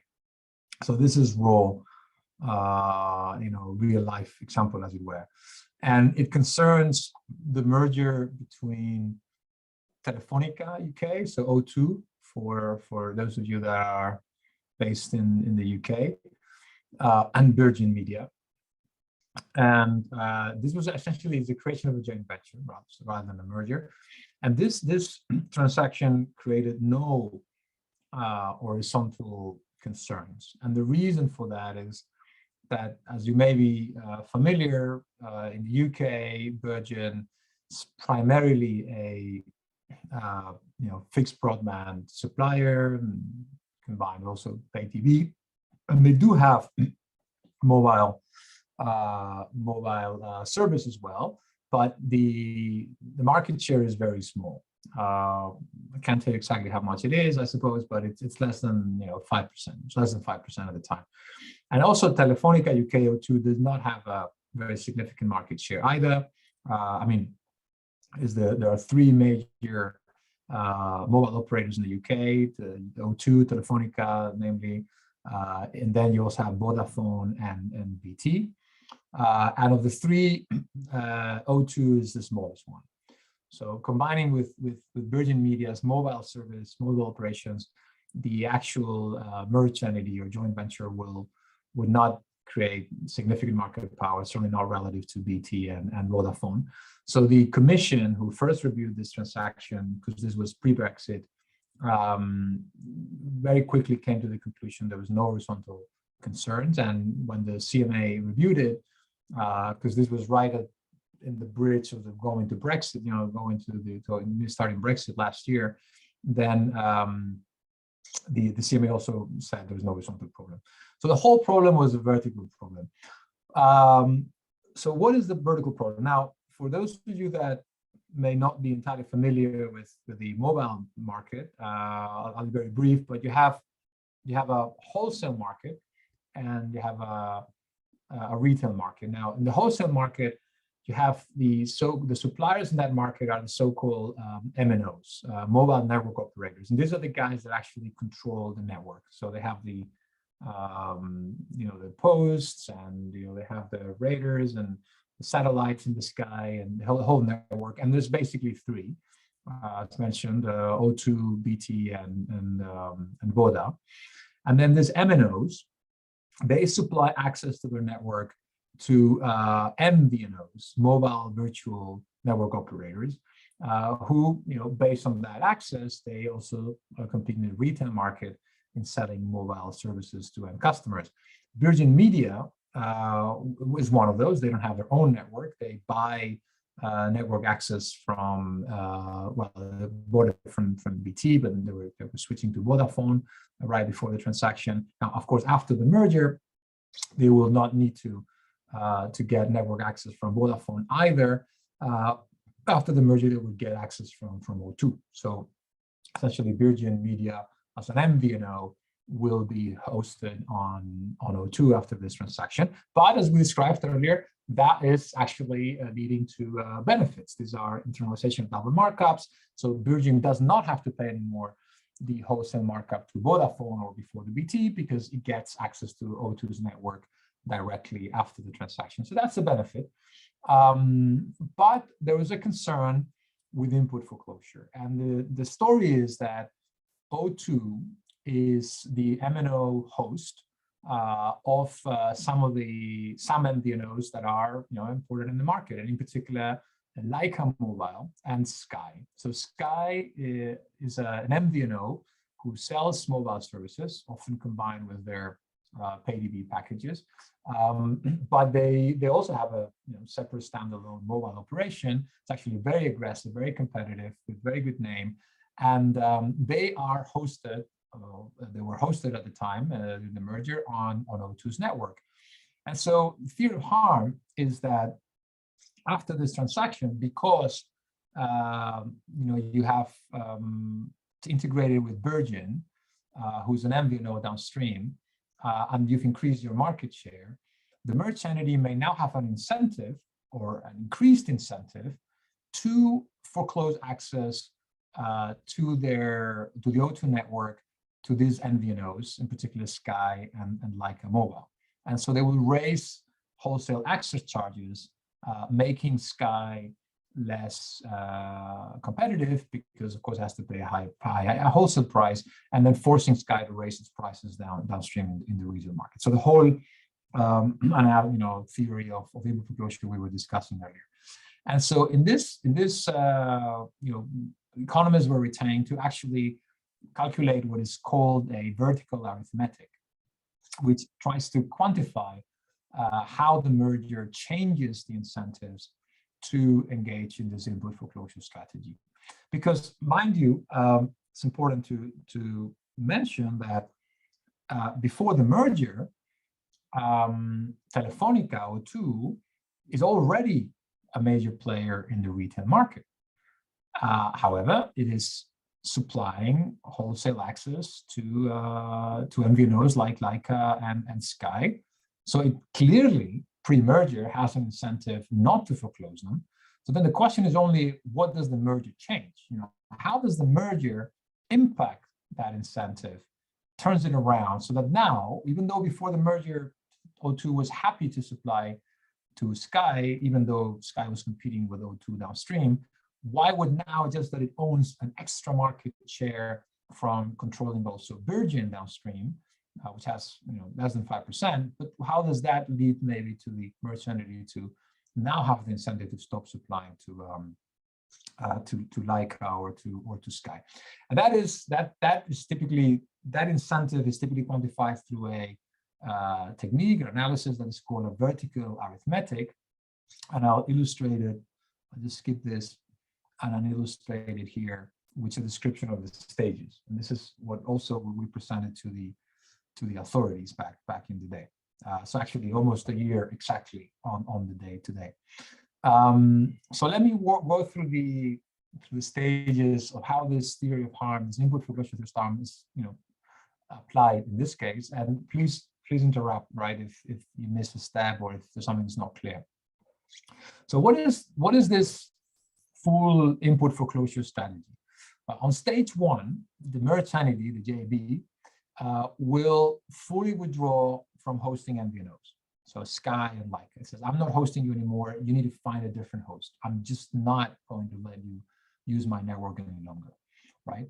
Now, what this implies is that these MVNOs, they have to go somewhere else. So they call up BT or they call up Voda. They say, look, O2 is not hosting us anymore. Would you please, could you make me an offer? And they will renegotiate or negotiate a contract with BT, for example, or with Voda, and will have access to their network. But it is assumed in this stage one that obviously BT is going to give access to Sky, is going to give this to Leica, to its network, but a higher price. So the wholesale price that these guys will be paying to BT or to Voda will be higher than the one they were previously paying to O2, right, to Telefonica. So this leads to the first input variable that we have to consider in the vertical arithmetic, which is the wholesale price to MVNOs, to the downstream competitors, is going to increase, right? As the input for the result of the input foreclosure rates in router scopes. That's the first thing.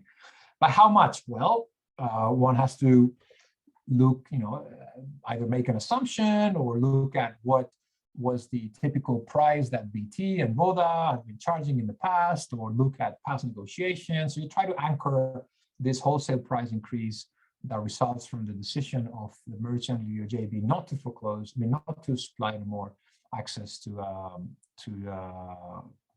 Voda, sorry, to Leica or Sky.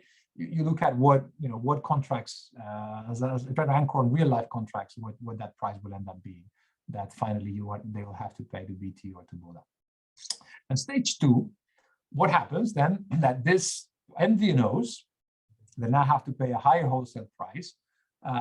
They switch to the MNOs, sorry, I've already explained that, but they will pass through part of that wholesale price increase in the form of higher retail mobile prices. So they'll look at the pricing plans downstream to customers and they'll have to increase the price there. So again, we need to quantify those, and we need to decide, okay, what is the pass-through rate going to be? So the wholesale price increase goes up by 10%. How much of that price increase is passed through into retail mobile prices? And what is the ratio of wholesale to retail prices? These are the 2 variables we need to quantify here as well. And then on stage 3, what happens is that now these subscribers who were before, with Sky or with Leica, with the affected MVNOs, they observe that the retail prices have gone up, and they respond by switching. Some of them respond by switching to competitors, and in order to escape that price increase. And here, in this, no need to overcomplicate this, but there's different types of subscribers. There's guys that are mobile only.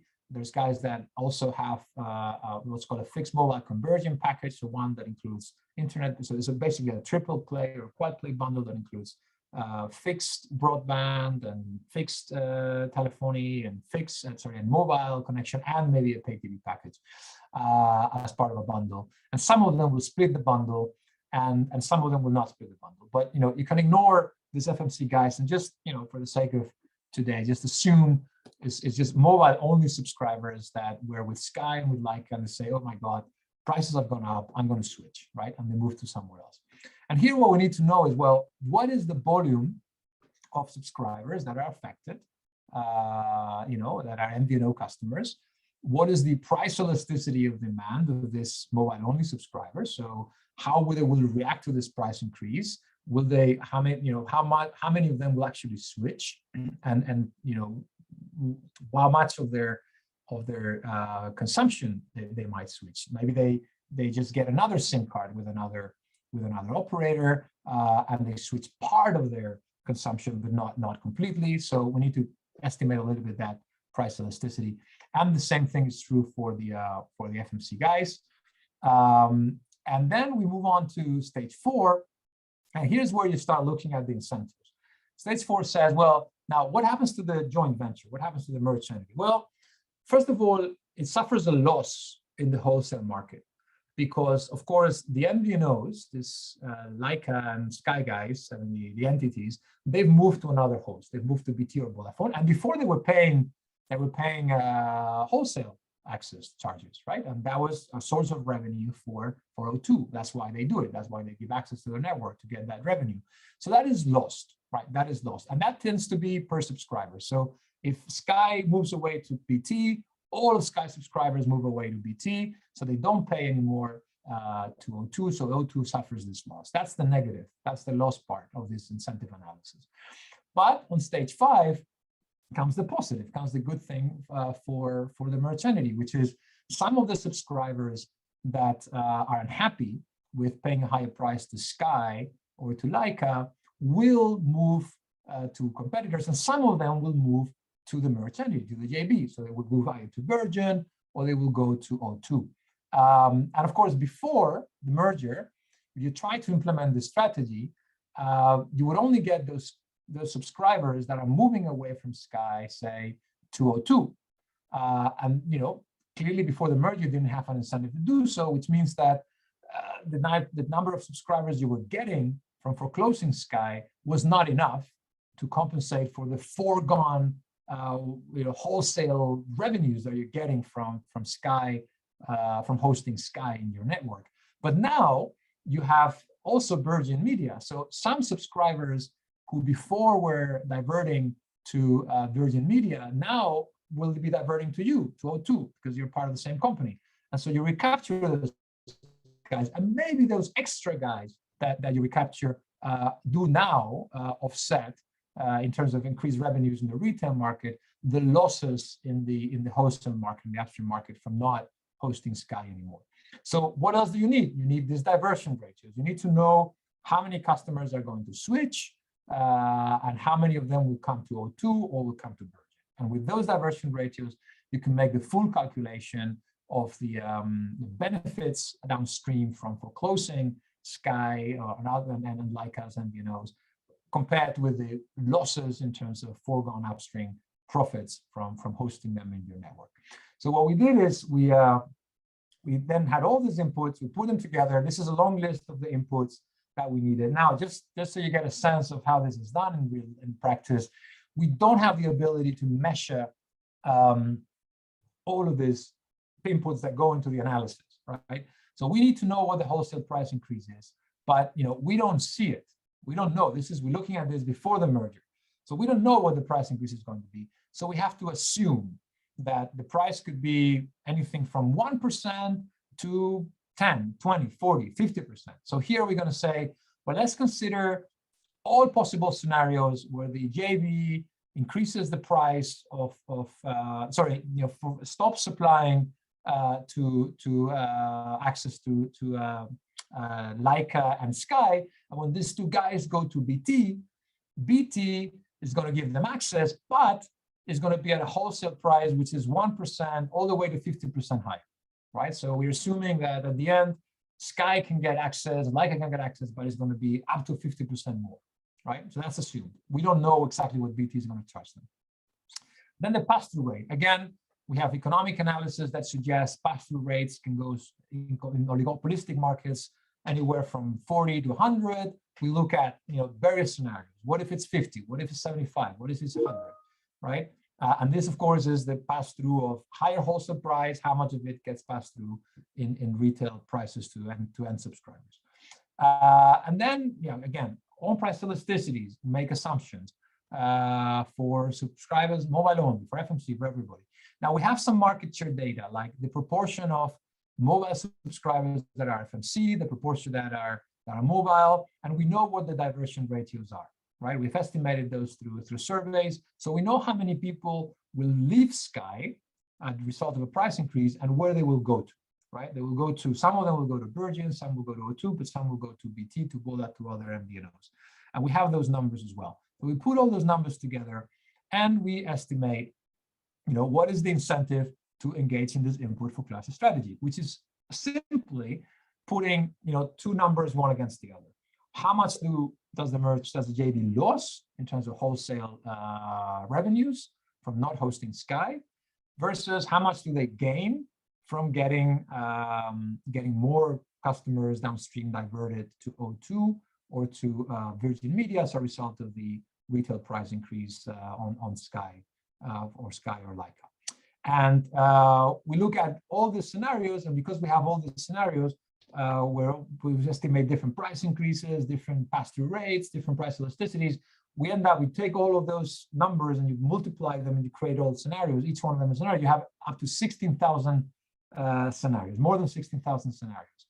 And for all of those scenarios, this graph at the bottom tells you what happens. What happens is that for all of those scenarios, the impact on the profitability of the JB from trying out this strategy is always negative.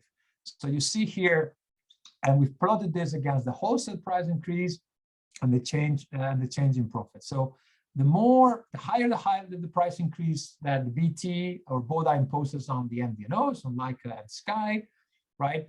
The higher this you go, the change in profits goes up, goes up, goes up, goes up a bit.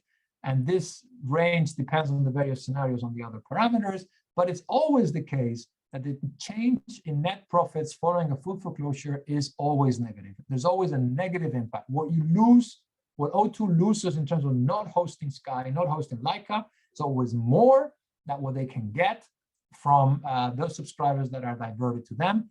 Even if the price, the wholesale price increase that the MVNOs that are foreclosed have to pay goes from all the way 1 to 50%.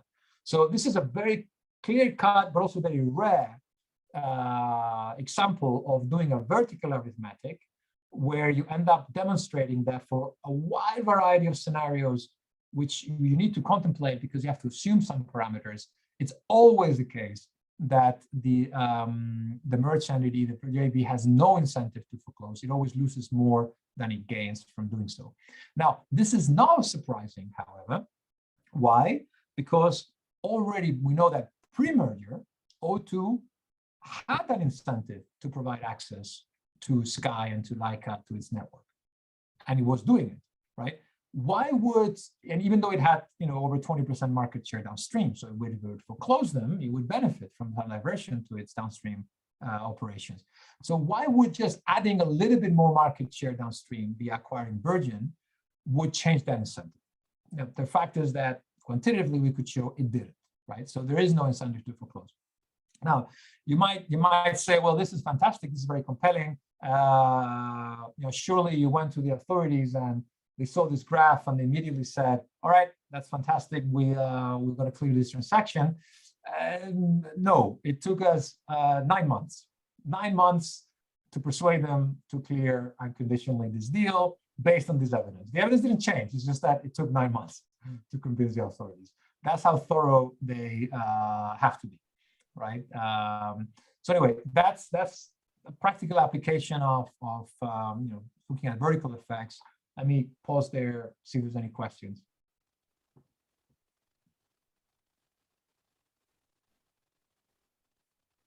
No, any UK customers here in the group who could tell us if they've experienced in the last year that the prices have gone up and they would want to challenge the conclusion of this analysis, or for that matter, that of the competition authorities? No, we have very few. I don't know, Valerie, we have a lot of UK. Don't be shy. Yes, I oversaw them. I said you were a super interactive group. Don't worry, don't worry. That only means this is all very clear. I'm going to believe that. Fantastic. Well, okay. Let's.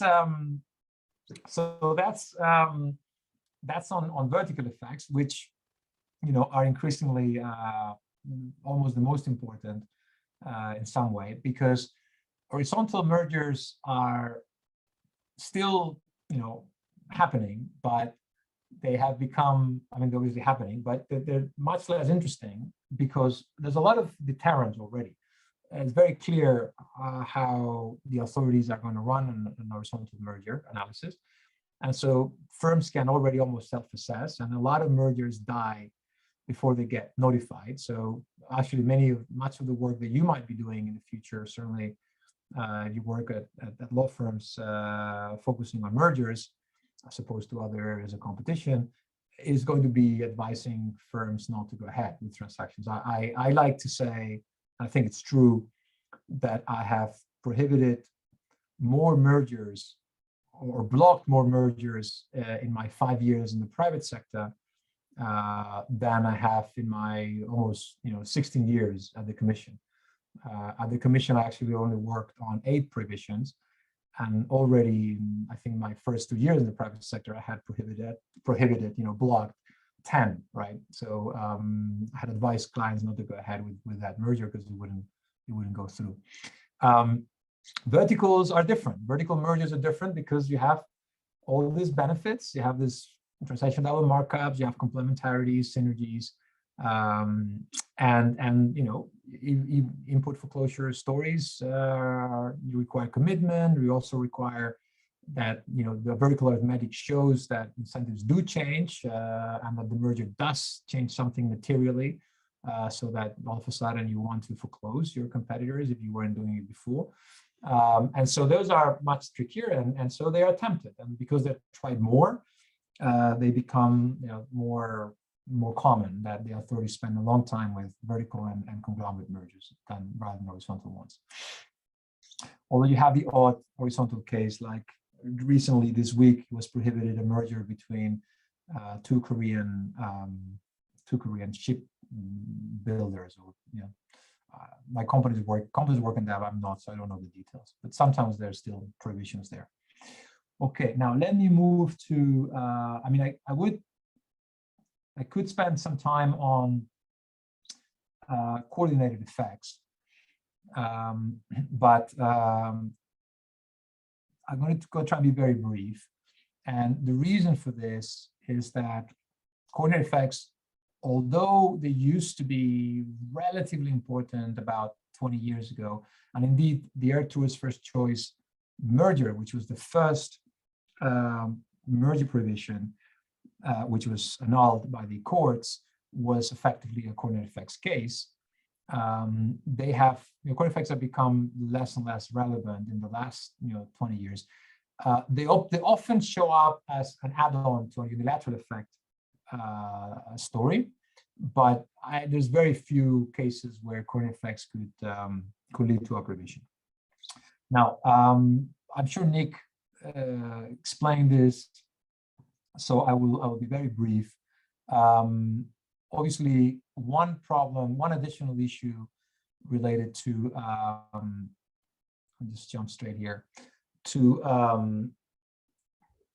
mergers is that if you have a few companies operating in the market, so a tight oligopoly, they might attempt to collude, and they can do so explicitly by effectively agreeing in the proverbial smoke-filled room in a hotel to fix prices, or to share customers, or to share regions. And if they were to do that, of course, that is a violation of Article 101. That's a cartel. It's a cartel infringement, and it's if they're caught, they're going to be in deep trouble. But it's also sometimes argued that firms, especially in these tight oligopolies, can collude tacitly, right? Can collude tacitly with each other. They don't need to sit down in a room and agree to a contract. In any case, it's illegal. Everybody knows it's illegal, and fix prices. They just do it tacitly without really talking to each other, without exchanging much information, just by inferring what the other guys are doing. Now, economists, they look at these scenarios through the lens of what's called game theory, and there's non-cooperative game theory, cooperative game theory. I won't get into the distinction, but I want to illustrate why it is so hard for firms to actually collude without tacitly, right, without talking to each other. It's really, really, really hard, and this is illustrated with this very simple setup where you have only two firms, so not the tightest oligopoly you can think of, just two firms, firm one and firm two, and they have a chat. They have two options. They can either compete or collude. Now, of course, if they both collude, they're going to be able to monopolize the market and extract greater rents. They're going to be able to increase prices. That's the whole purpose of collusion. So they will get a significant benefit. Now, you see there these two numbers, 4 and 4. These are the payoffs, right, for each firm one and firm two. So this is the payoff for firm one. This is the payoff for firm two. It's symmetric. And it's the payoffs that they obtain if they both, in this scenario, when they both collude, right? When firm one colludes and firm two colludes. So here, this is the strategy in the columns for firm two, and the strategy for firm one is on the rows. So here in this matrix, when they both collude, they both get 4 and 4. Now, of course, if they compete, they get a lot less, right? Because they're in competition with each other, prices are lower, they're competing for customers, so the profits they would make from competition are lower. Let's say that they are 2 for firm 1 and 2 for firm 2. So again, symmetric. But then there's the possible scenario where they are trying to signal to each other, listen, let's collude, let's move from a competition situation to a collusive one. Let's try and do that, right? And when they're thinking about it, they're not in the hotel around the same table. They're each one in their own office. Each manager is in its office, and it's thinking about the payoffs if he competes. And of course, it thinks, well, my payoffs are going to depend on what the other guy does. So if I'm firm 1, and of course, many of you are familiar with this because this is the prisoner's dilemma, but let me still work through the argument. If I'm firm 1, and if I compete, right, and the other guy competes, I get 2.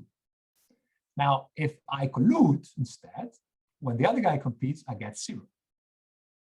All right, so if I think firm 2 is going to compete, and I have to decide between competing or colluding, well, if I collude, I get 0 because the other guy is actually competing, meaning that is getting all my customers away from me, and I'm left like a sucker. I get nothing. So if I think the other guy is going to compete, I'd rather compete. I get 2 is greater than 0. So, that's what I want to do.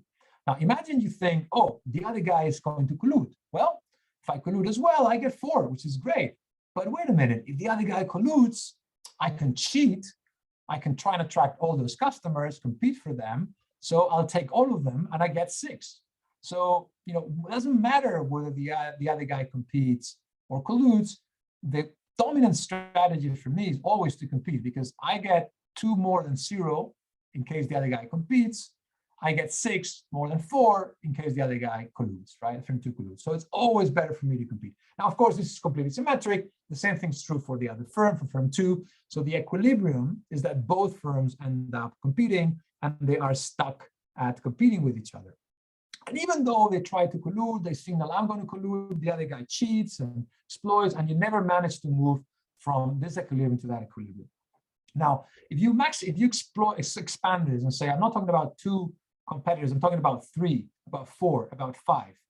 It becomes harder and harder, right? And the more, because anyone can cheat.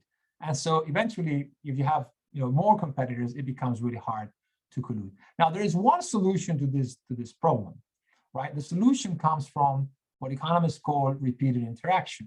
So, this is a one-shot situation. But what if you know that you're going to be in competition with these guys for many years to come? You could say, well, I'm going to try to collude one period. If the other guy competes, then I'll stop colluding. But if the other guy colludes, I'll keep it going, right? Until, for as long as it lasts, because maybe I can trust this guy. And so in a repeated interaction game, everybody realizes that maybe it's in their long-term interest to collude rather than compete, and through the way they behave in the previous period and the ability maybe to punish if they see someone deviating, they can gradually keep a collusion going. So economists say you could think of information exchange at some level in tight oligopolies leading to tacit collusion, even if that information exchange is certainly short of a concerted practice, and of course short of a cartel, just through signaling through the market. But if there's many players, it becomes really hard. On the other hand, if there's only 2 players, it could be easier, because if you see someone who is deviating, you immediately know who it is, and maybe next period you punish or you stop colluding, and through that communication through the market, you can enforce collusion. And so this is where coordinate effects come in, right? So merger control thinks that another possible theory of harm is that because of the reduction in the number of competitors, or because you take out a competitor that was being a real maverick, an aggressive pain on the ass, pardon my French, on all the other guys who are trying to collude. If you take that guy out, then maybe now you have the ability to either identify better on what terms you want to collude. Let me just jump here. Yeah. Or now we want to collude on prices, we want to collude on quality, we want to collude on capacity, on sharing customers, right? It's easier with one less competitor to figure out what the terms of that tacit agreement are going to be. And also it could be that what the merger allows is that you can better detect who has deviated from the collusion. So there's more transparency. So you can enforce the tacit collusion better when the merger goes ahead.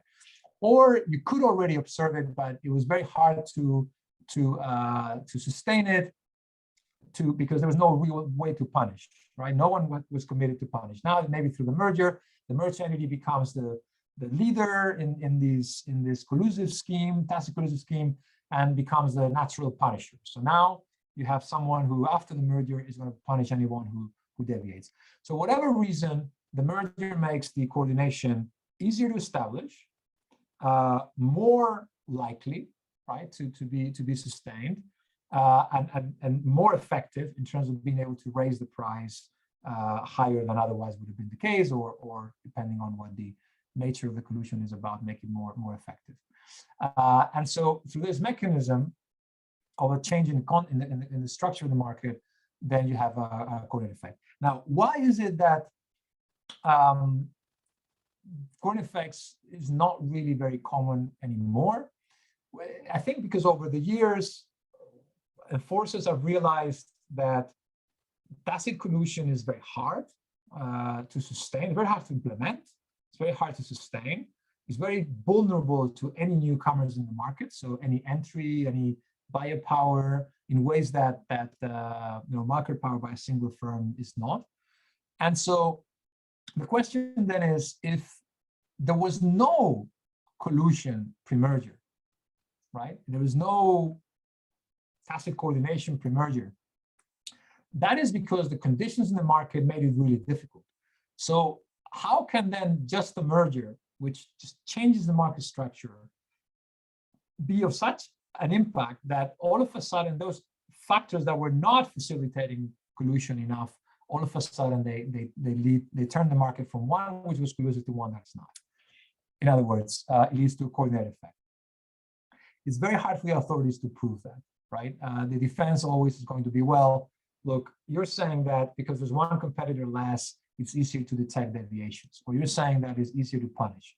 Well, there's still all this host of other reasons why maintaining tacit collusion is hard, and they were before the merger in place, and they're not going to be changed by the merger at all because they're external to market structure. And just the mere fact that products are differentiated, for example, right? If products are differentiated, it's very hard to collude. You can always slightly tweak your product a little bit in order to deviate from the collusive mechanism. If you have differentiated products, you have not one price, but dozens and dozens of different prices. And so how can you make sure that the collusive scheme keeps all of those prices in check? Anyone can say, well, I'm increasing my price a little bit here because I've increased the value or increased the quality. I'm not cheating, right? And so it's really, really hard for a competition authority to run a pure coordinate effects case, which is why, as far as I know, in the last 25 years, since Ertugrul's first choice, almost, there's been just one single pure coordinate effects only case. As mentioned, there's been others where coordinate effects has played a role on top of unilateral effects, but only one pure coordinate effects case, which is ABI, GBI. And even that one, I'm not going to get into the details, was only credible because before the merger, there was already a lot of evidence of sustained efforts to cartelize the industry by market participants. And so the fear of harm was really that the merger just made it easier to do what they're already trying to do very hard, which is to keep a cartel going. Right. So far as for coordinate effects. Any questions on this? Sorry, I've been very brief, but in the interest of time, I just want to give you the gist of it and why it doesn't matter all that much. You don't get more. Any questions on this? Nope. Okay. So let me then move to, well, I was going to speak about entry and efficiencies, and I have two modules on those. But I'm just going to very briefly say some sort of high level points, and then we'll take a small break again, and then we spend 20 more minutes on some final reflections. So on efficiencies, I'll just put up the slide for your benefit, but I will not get into the details. On efficiencies, so let me just illustrate with there's really very few cases where efficiencies matter. Now, efficiencies were not taken into account before 2004 because under the old dominance test, there was no room for efficiencies. Once the Commission moved towards an SIC test, because the emphasis now was on significant impediment affecting competition, it was a question of significance, then this balancing became relevant. So if you find that there's a theory of harm and there's ability to raise prices, then to determine whether that price increase is significant, you have to also think about potential offsetting efficiencies that could put downward pressure on prices. However, the reason efficiencies are not that relevant, even today after so many years, is that the Commission has been very concerned that from the very beginning, that opening up the door for efficiencies would just invite a flurry of all sort of efficiency claims that are vague, unsubstantiated, difficult to quantify, difficult to pin down, and it would contaminate really merger enforcement, putting the authorities in an impossible position to evaluate efficiency claims that are just not very difficult to predict and to pin down accurately. And the solution, therefore, was to do two things. Number one is to impose very strict conditions for efficiencies to be taken into account under the merger regulation. And the second is to make sure that the burden of proof on meeting these conditions is squarely on the merging parties. So the Commission doesn't have any duty whatsoever to look into efficiencies unless the parties make a formal claim and substantiate it. And in doing so, as I said, they need to prove certain conditions. Now, those NIGME I've told you are that the efficiencies have to be verified. So they have to be not just verifiable, but actually they have to be verified, which is a slight nuance, but an important one. The merger guidelines say verifiable, but the reality is that they have to be verified by the merging parties so that the authorities are happy with that verification. Then they have to be merger specific, so they cannot accrue by any other means but the merger. And they have to be passed on to consumers. So it's not enough to say, we're going to close down this fixed cost related to having a cost center for, after sales service. We are now closing it down and we're saving hundreds of thousands of fixed costs, Well, if those are not passed on to consumers in lower prices one way or another, or in more innovation or better quality, they're not taken into account. So pass-on is the other condition. And now, in all the years working on mergers, I have always heard that parties advance efficiencies, but I've seen very few cases where the Commission takes them into account. The only case where they routinely take them into account is when it comes to vertical mergers, and in particular, the double markup internalization that I discussed earlier. Right, that's the only pricing efficiency that is routinely taken into account by authorities. Other kinds of efficiencies are typically dismissed on the grounds that they're fixed cost related only, so they're not passed on, or they're not merger specific. There's a couple of examples here and there where efficiencies have played a role, but I can only think of one case which would have otherwise been a clear-cut provision, but was rescued by efficiency. So efficiencies really mattered to the point of reversing the whole provision, which was this case, Korsnäs carton board. But it was very peculiar. It was a 3-to-2 merger in the paperboard sector. So of course, 3-to-2, 3 compares to 2, diversion rate is going to be high. Obviously, the parties are the closest competitors. Market shares are going to be high. So clearly, this is a prohibition. Typically, that's the starting point. Almost it's a rebuttable presumption, but it's the starting point of the authorities. And yet, it was cleared. And most of the main reason why it was cleared, it was efficiencies. And it was very peculiar because this was a company that was manufactured carton for the likes of Tetra Pak, right? I'm sure you all know Tetra Pak, where you have your juices and your milk. And Tetra Pak has two types of carton. It has aseptic carton and non-aseptic carton. The aseptic carton is where you put all the milk, which because of the not the acidity, the alkalinity, it can go the bacteria, etc., can go bad very quickly. But the non-aseptic is where you put all the juices, which because of the acid, they're much more resistant to bacteria. So you don't need to, you can rely with non-aseptic packaging. And these were two firms who supplied the carton to the likes of Tetra, and each one of them had a plant, and on this plant they manufactured both aseptic carton and non-aseptic carton.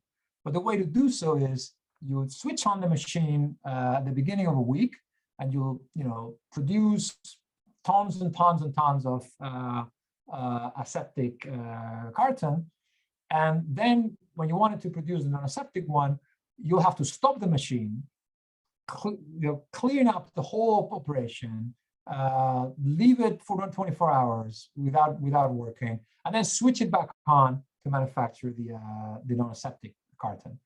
And then you will supply your customers. And these two guys were coming together and said, look, this is a very clear synergy here, right? Instead of both of us having two plants, both producing two separate products and having to stop and have some downtime in between, let us just consolidate all the production of aseptic carton in one plant and all the production of non-aseptic carton on the other plant. And so we'll be able to produce a lot more than before with exactly the same two facilities. And we will pass on this to customers downstream, but through lower prices. And so, of course, the synergy is there, verifiable, it's merger specific. You cannot do this without the merger. So, it seemed like a slam dunk. And yet the commission said, what about pass-on? How can we be sure that you're not going to pocket all of those benefits and all those savings, and you're going to manufacture exactly the same amount of carton you were doing before, but you're just going to save a lot in terms of cost to employees, cleaning up, etc., and keep that money for yourself. And in order to get this decision of prohibition turned around, what had to happen is that the parties went to Tetra Pak, which was the main customer, and negotiated a new contract with Tetra Pak, where they said, conditional on this merger being approved, we will commit to give you 50% of all the savings we get from consolidating our supply across these two plants. Tetra Pak signed the contract and then sent a copy of the contract to the commission. And that was the proof the commission needed to be satisfied that verifiability, merger specificity, and pass-on have been met, and you could reverse this prohibition decision and turn it into a clearance. But this is as far as the standard goes, right? You need a contract with the customers that promises them under contract you're going to pass on for the commission to actually take this seriously. Now, having said that, does this mean don't waste your time making efficiency arguments in front of the commission or the authorities? No, don't get that message from me, please.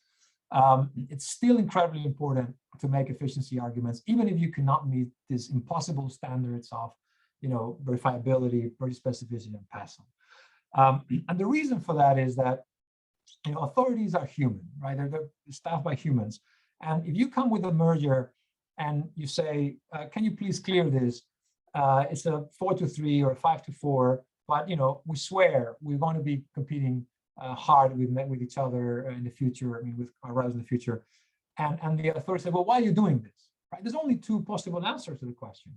We're doing this because we want to eliminate our competitor and raise prices, or we're doing this because we think that there's some efficiencies that we can obtain, and therefore reduce our costs or increase the quality of service or become more competitive and make more money.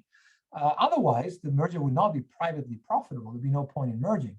So it has to be one or the other. So there's no, it's foolish to go to the authorities and not say why you're trying to merge and why there are pro-competitive effects or efficiencies that are motivating that merger. Because if you don't, automatically the authority is going to assume, well, the only reason you're doing this is because you want to eliminate a competitor.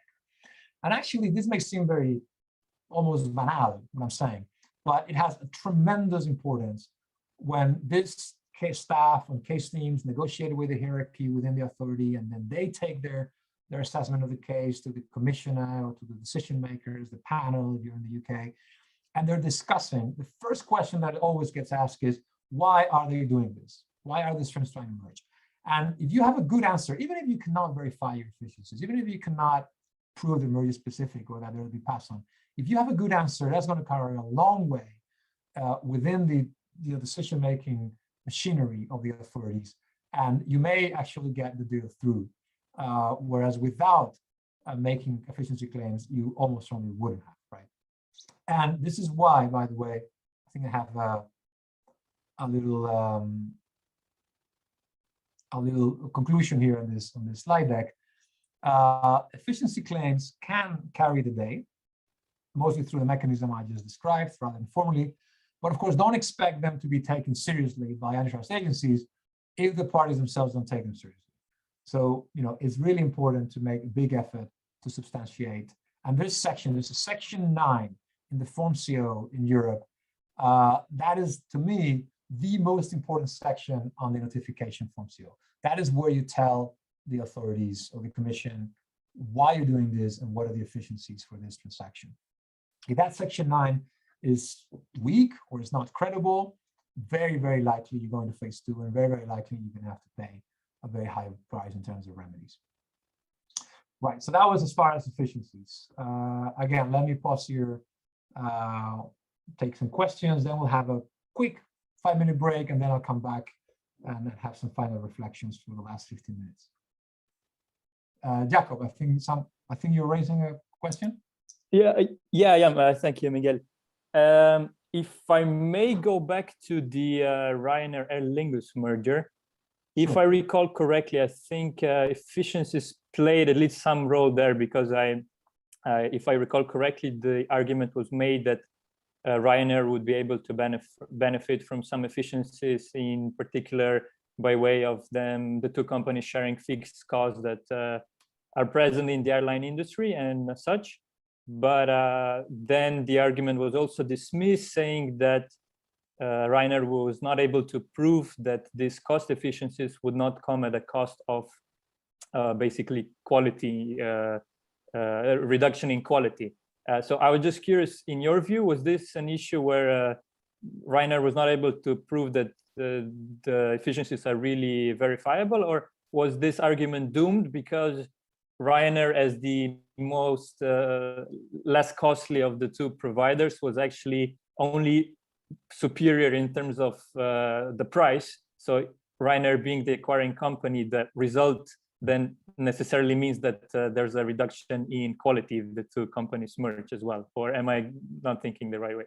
Right. No, I think you're certainly asking a good question, and your assessment is correct. So the argument was dismissed partly because Ryanair didn't really make an effort to verify it, but of course, as mentioned, it's not always easy to verify. So in my mind, at least, that should not be a reason for the authorities to ignore it.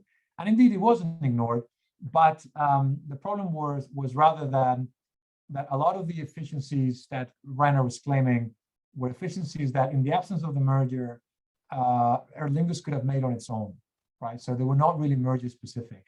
And indeed, Ryanair had, in a way, paved the way to every other network carrier to find ways of becoming more efficient, right? Having, for example, lower turnaround on the plane. So instead of 40 minutes to turn around a plane, 20 minutes. It's the question of better efficiency there. There was a lot of even things that bother us a lot, like customers, when Ryanair forced us to print our own boarding passes. And maybe if you guys have been flying with Ryanair, you've experienced this, I'm sure.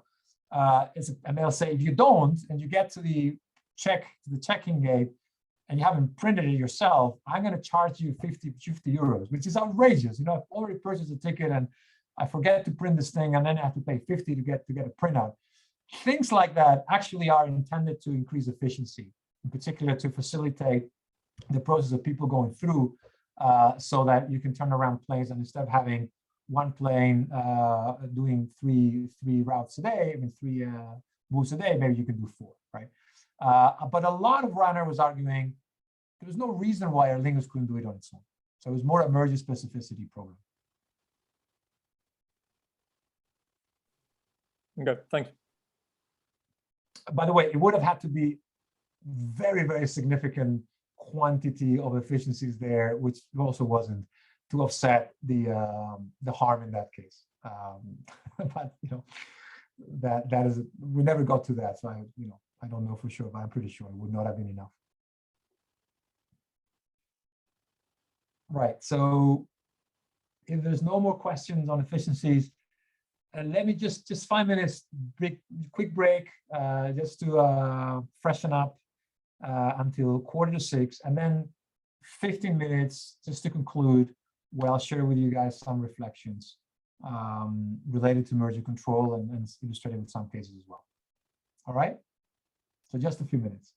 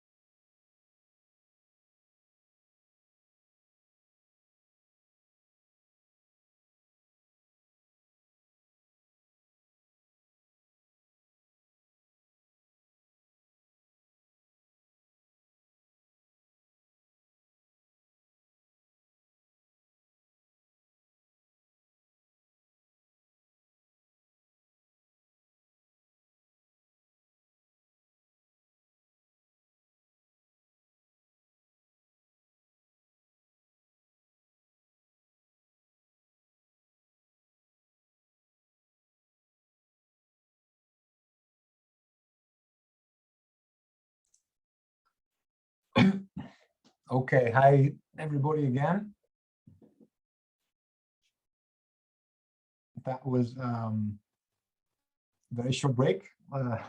Sorry about that, but we're almost finished. So it would just be only 15 more minutes. Yeah, assuming you don't have any further questions or features you want to discuss. But of course, it's late, so I didn't want to, however, give you also a sense of what are the issues that are being discussed in merger control and how does economic analysis help, addressing those. And I selected 4, which are sort of the core issues being debated in merger control, at least in Europe nowadays. One is, is there a case for arguing that mergers that strengthen dominance, like it used to be the case under the old test, are back, and is there so-called efficiency fence back in play? I'll come back in a moment. Then vertical foreclosure, but in this case, in markets that don't even exist, so-called nascent markets. And then some reflections on the test, the change of the test and where is that going since the Hutch judgment. And finally, if we have time, the question of the counterfactual defense versus the front defense. Right, let me jump straight in. And I'm going to go through this point by reference to a case, also a relatively recent case, one that maybe some of you have followed or at least are knowledgeable of because you are consumers. So this is the Google Fitbit merger. And of course, it concerns activities in the market for wearables, in particular wrist-worn wearables, where Fitbit was one of the early pioneers, and indeed almost created the category when it comes to fitness trackers. Although in the recent years, since Apple entered, the market has moved more towards smart watches as opposed to the armbands, and it has taken a little longer to Fitbit to get into that market. And of course, while they've done so, others like Samsung, Garmin, Xiaomi, Huawei have all entered. So as of the time of the merger, it was last year, the market position was that Fitbit was the second largest player by volume across all wearables, but we're focusing on smartwatches, which is, as I said, the future of the sector. Fitbit was only the 5th largest player, right, by volume and value, and its share had declined significantly since 2016. The other emerging party is Google, and Google, well, it needs no introduction. It's in all of these markets. You see here search, advertising, operating systems. In particular, it has Android for mobile phones and Wear OS for wearables. It has an app store. It has multiple apps that go into the wearables. Offers Google Pay. Offers digital health services, and also other devices like the Pixel and the Pixel Buds. And it has a strong market position, indeed a dominant position in search ads, and generally digital ad services. Now, there is well, before I get there, obviously this transaction was very controversial. It provoked very hostile reactions by consumer groups, by Privacy International, so by politicians in the parliament in the European Union and in national parliaments. In fact, something happened that had never happened before, which is that competition economists, including from consultancy firms, got together and wrote a memo. It's signed by all of these people here on the right-hand side. All of these are very famous names in academic economics. Basically asking the European Commission to prohibit. But what's interesting is like amicus curiae. But the interesting thing is how they argue. So they say that the interest of Google, they were saying, is not on Fitbit wearable. It's just on the data, right? That the Fitbit wearable collects, and it then points out that Google takes a lot of this data and facilitates financial scams, and even goes as far as saying, which is almost unique for a contribution by economists, looking beyond this, at the end of this, looking beyond narrow consumer welfare an increased vulnerability of users as employees endangers the social fabric of Europe. So I mean, this was one of those mergers that either you prohibit or, you know, we're going to go to Fourth World War or something, Third World War. Really, really amazing. Suffice to say, full disclosure, I usually worked on this transaction, so I'm very biased. Whereas you know, none of the people signing this worked on it, but that doesn't mean that they're not biased. Now, the important thing, you know, moving away from the background noise and the atmospherics, is that there was no horizontal theory of harm. Okay, there's no overlap in the market for wearables. Google does not sell any smartwatches. Google does not sell any armbands, right? But even more importantly, there is also no overlap in the provision of data, because Google doesn't sell data, but also Fitbit doesn't sell data. So none of these two companies are selling data to the market, right? So there is no horizontal overlap at all. So what the commission did to establish there was a concern, I mean, first of all, it admitted, as you see here, there was no horizontally affected market in a traditional sense, but it said, but you know, you have access to all this data, and all this data would allow Google to increase its market power in markets for which that data might be useful, right? So you can strengthen that market power in database markets. Now, there is a hook on the horizontal merger guidelines on paragraph 36, which is here. But other than that, it's a very odd theory of harm, because there's no horizontal overlap. And so eventually the whole issue is Google is dominant in, you know, search advertising, because when you're doing an online search, the characteristics related to your search are used to inform about who you are and what you're interested on, and then that data is sold to advertisers that then, you know, place results on the paid results on your search. And the argument is that some of this Fitbit data could be relevant for search advertising. So it would enhance the ability of Google of offering advertisers access to targeted you know, information related to potential search users. And you know, the commission talks about health and fitness data, heart rate, steps taken, site location data, and so forth. Now, so a couple of things here, and so that's the theory of harm, right? And the commitment was, by the way, that you could not use these data anymore for targeted advertising. That was the commitment. You have to put this data on a data silo. But you know, a couple of observations. First of all, aside of the fact that, as I said, there's no horizontal overlap on data either, because Fitbit is not selling the data.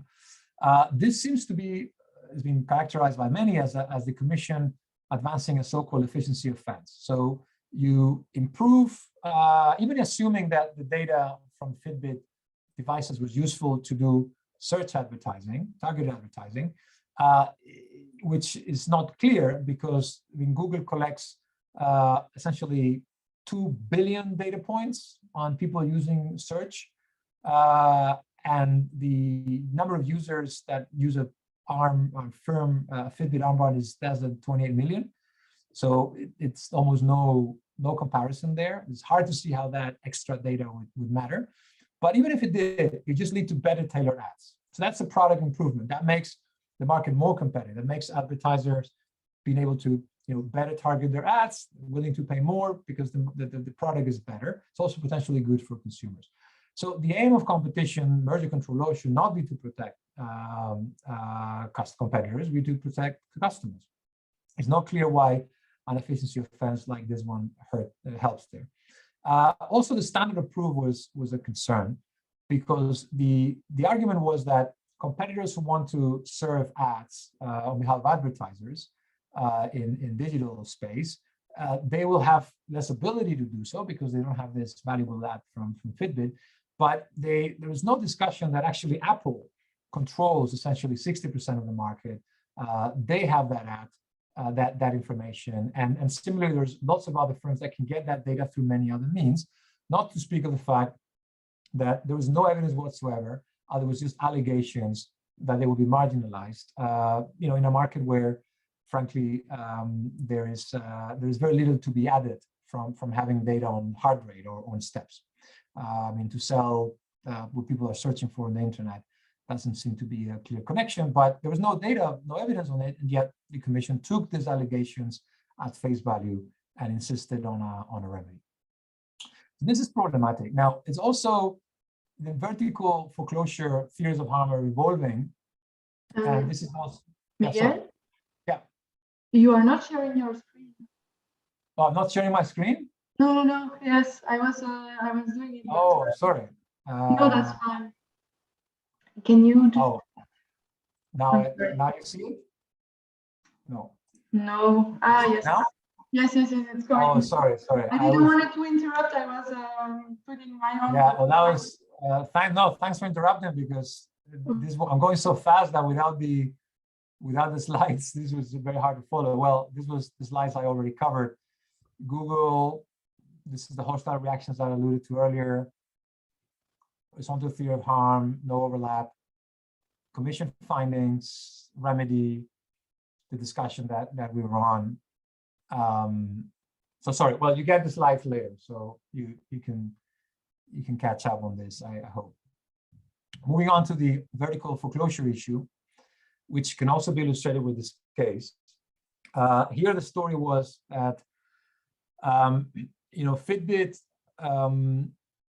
has an API, a web API that gives access free of charge to individual users' data to third-party health and fitness apps. These are Strava, MyFitnessPal, Humana, even insurance companies that use that data to provide different kinds of services to users, most of which health or fitness related.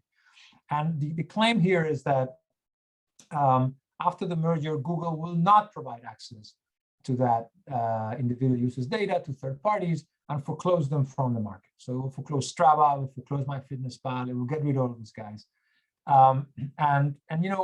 Here the issue was, well, why would Google do that? Remember, in the context of input foreclosure, the story was that you had an upstream firm merges with a downstream firm, and then after that, it forecloses access to the input to downstream competitors. Why? So that this benefits the downstream division, of that firm. Now here, Google, Fitbit, allegedly would stop supplying access to an input, individual users' data on their health and fitness, to these third-party apps, but Google or Fitbit, but they're not present in this market. In fact, it's the opposite. Google has created something called Google Fit, which combines all this data together so that all of these guys can access data across various different platforms. So you can put Fitbit together with Apple data or with Xiaomi data or what have you. So there's not only no incentive to do that, but also this market doesn't even exist yet, because none of this data is yet monetized in terms of improved health and service health markets. Yes, the commission said in the future this could become a big market, but it's not even one that exists yet, and it's not one that Google is present on. So again, it's a very, very, very far-fetched argument, and yet the commission didn't care, saying that there was a vertical foreclosure here as well. Right, let me skip this because we don't have time, and just conclude with going back almost to where we started, to the judgment on Hutch. So this was a decision where the commission a couple of years ago prohibited a merger between Telefonica and Hutchinson and 3, and they, the basis of the prohibition was that Hutch was so 3 was a maverick, was a sort of an aggressive player in the market. It's what's called an important competitive force. It's one of the theories of harm in the horizontal merger guidelines. And that was enough, according to the commission, to meet the SIC standard. Well, the commission didn't do a full-fledged analysis of how close these parties were, what the actual price impact would be. It relied on UPPs of the type we discussed at the beginning in order to claim that this was evidence of price increase. But as I mentioned, these are only screening tools. And so Hutch appealed this decision and said, well, first of all, it's not enough to demonstrate that 3 is an important competitive force, because every player in the market is an important competitive force. I mean, that's why they're there, they're important. And second, to do a UPP analysis is not enough to demonstrate significant and effective competition. It's not, for example, at the same level of reliability as the fixed effects analysis we discussed earlier in the case of Rainer Lingus. And there's no merger simulation here to prove what that price effect is. It's just relying on UPPs, which is just a tendency for prices to go up, but it's not enough. And to everyone's surprise, most importantly, Commission's surprise, the General Court agreed with the complainants and annulled the Commission's decision and said, indeed, the Commission has to prove SIC to the requisite standard, and then went into try to explain what that standard would be. But I think, in the interest of time, what I would like you guys to take with from this is that it certainly was not enough for the Commission to rely on internal documents, to rely on the results of the market investigation where people claim, oh, one of the merging firms is an important competitive force. The authorities, the Commission has to go one step beyond and actually make a serious effort to quantify to some extent what that price effect is in order to meet this SIC, significant impediment competition standard. And that's where we are today, because that, of course, annulment decision by General Court has been appealed by the Commission. And so now we're waiting for the European Court of Justice to tell us what is going to be the law of the land in the coming days and in the coming years. When you guys are done with this course, as masters, hopefully by then, when you go out there and apply everything you've learned here, I hope, you will at least know what is the standard substantive test when it comes to merger control, which for the time being, we're not entirely sure. We're in the hands of the ECJ. So with that, I'll conclude. Thanks for your attention. Thanks for your time. Thanks for your patience. I know this is all very dense. It's not, it's all quite economic-y, and I hope to have made it at least accessible. And if not fully, I'm always there. Please feel free to email me, call me, whatever it is you have a doubt, and I'll do my best to help. Of course, if there's any final question, I'm happy to take it. Although, you're of course blocking everybody else from going to their Friday break. Thank you, Miguel. Thank you very much. Is there any question left? No, Miguel, it's a true honor to have you. Thank you for this session. Indeed, it's quite extensive, so it's how it goes. It's a shame you cannot come to Brussels next Friday, but hopefully we will do something this year and you can come from Madrid to Brussels again. Good luck with your move and so on. Bye, everyone. Please tell me if you are coming to the lecture in person. It's important with the COVID, so thank you very much for joining, and I see you next week. Thank you. Bye. Thank you. All the best. Thank you very much. You too. Bye-bye.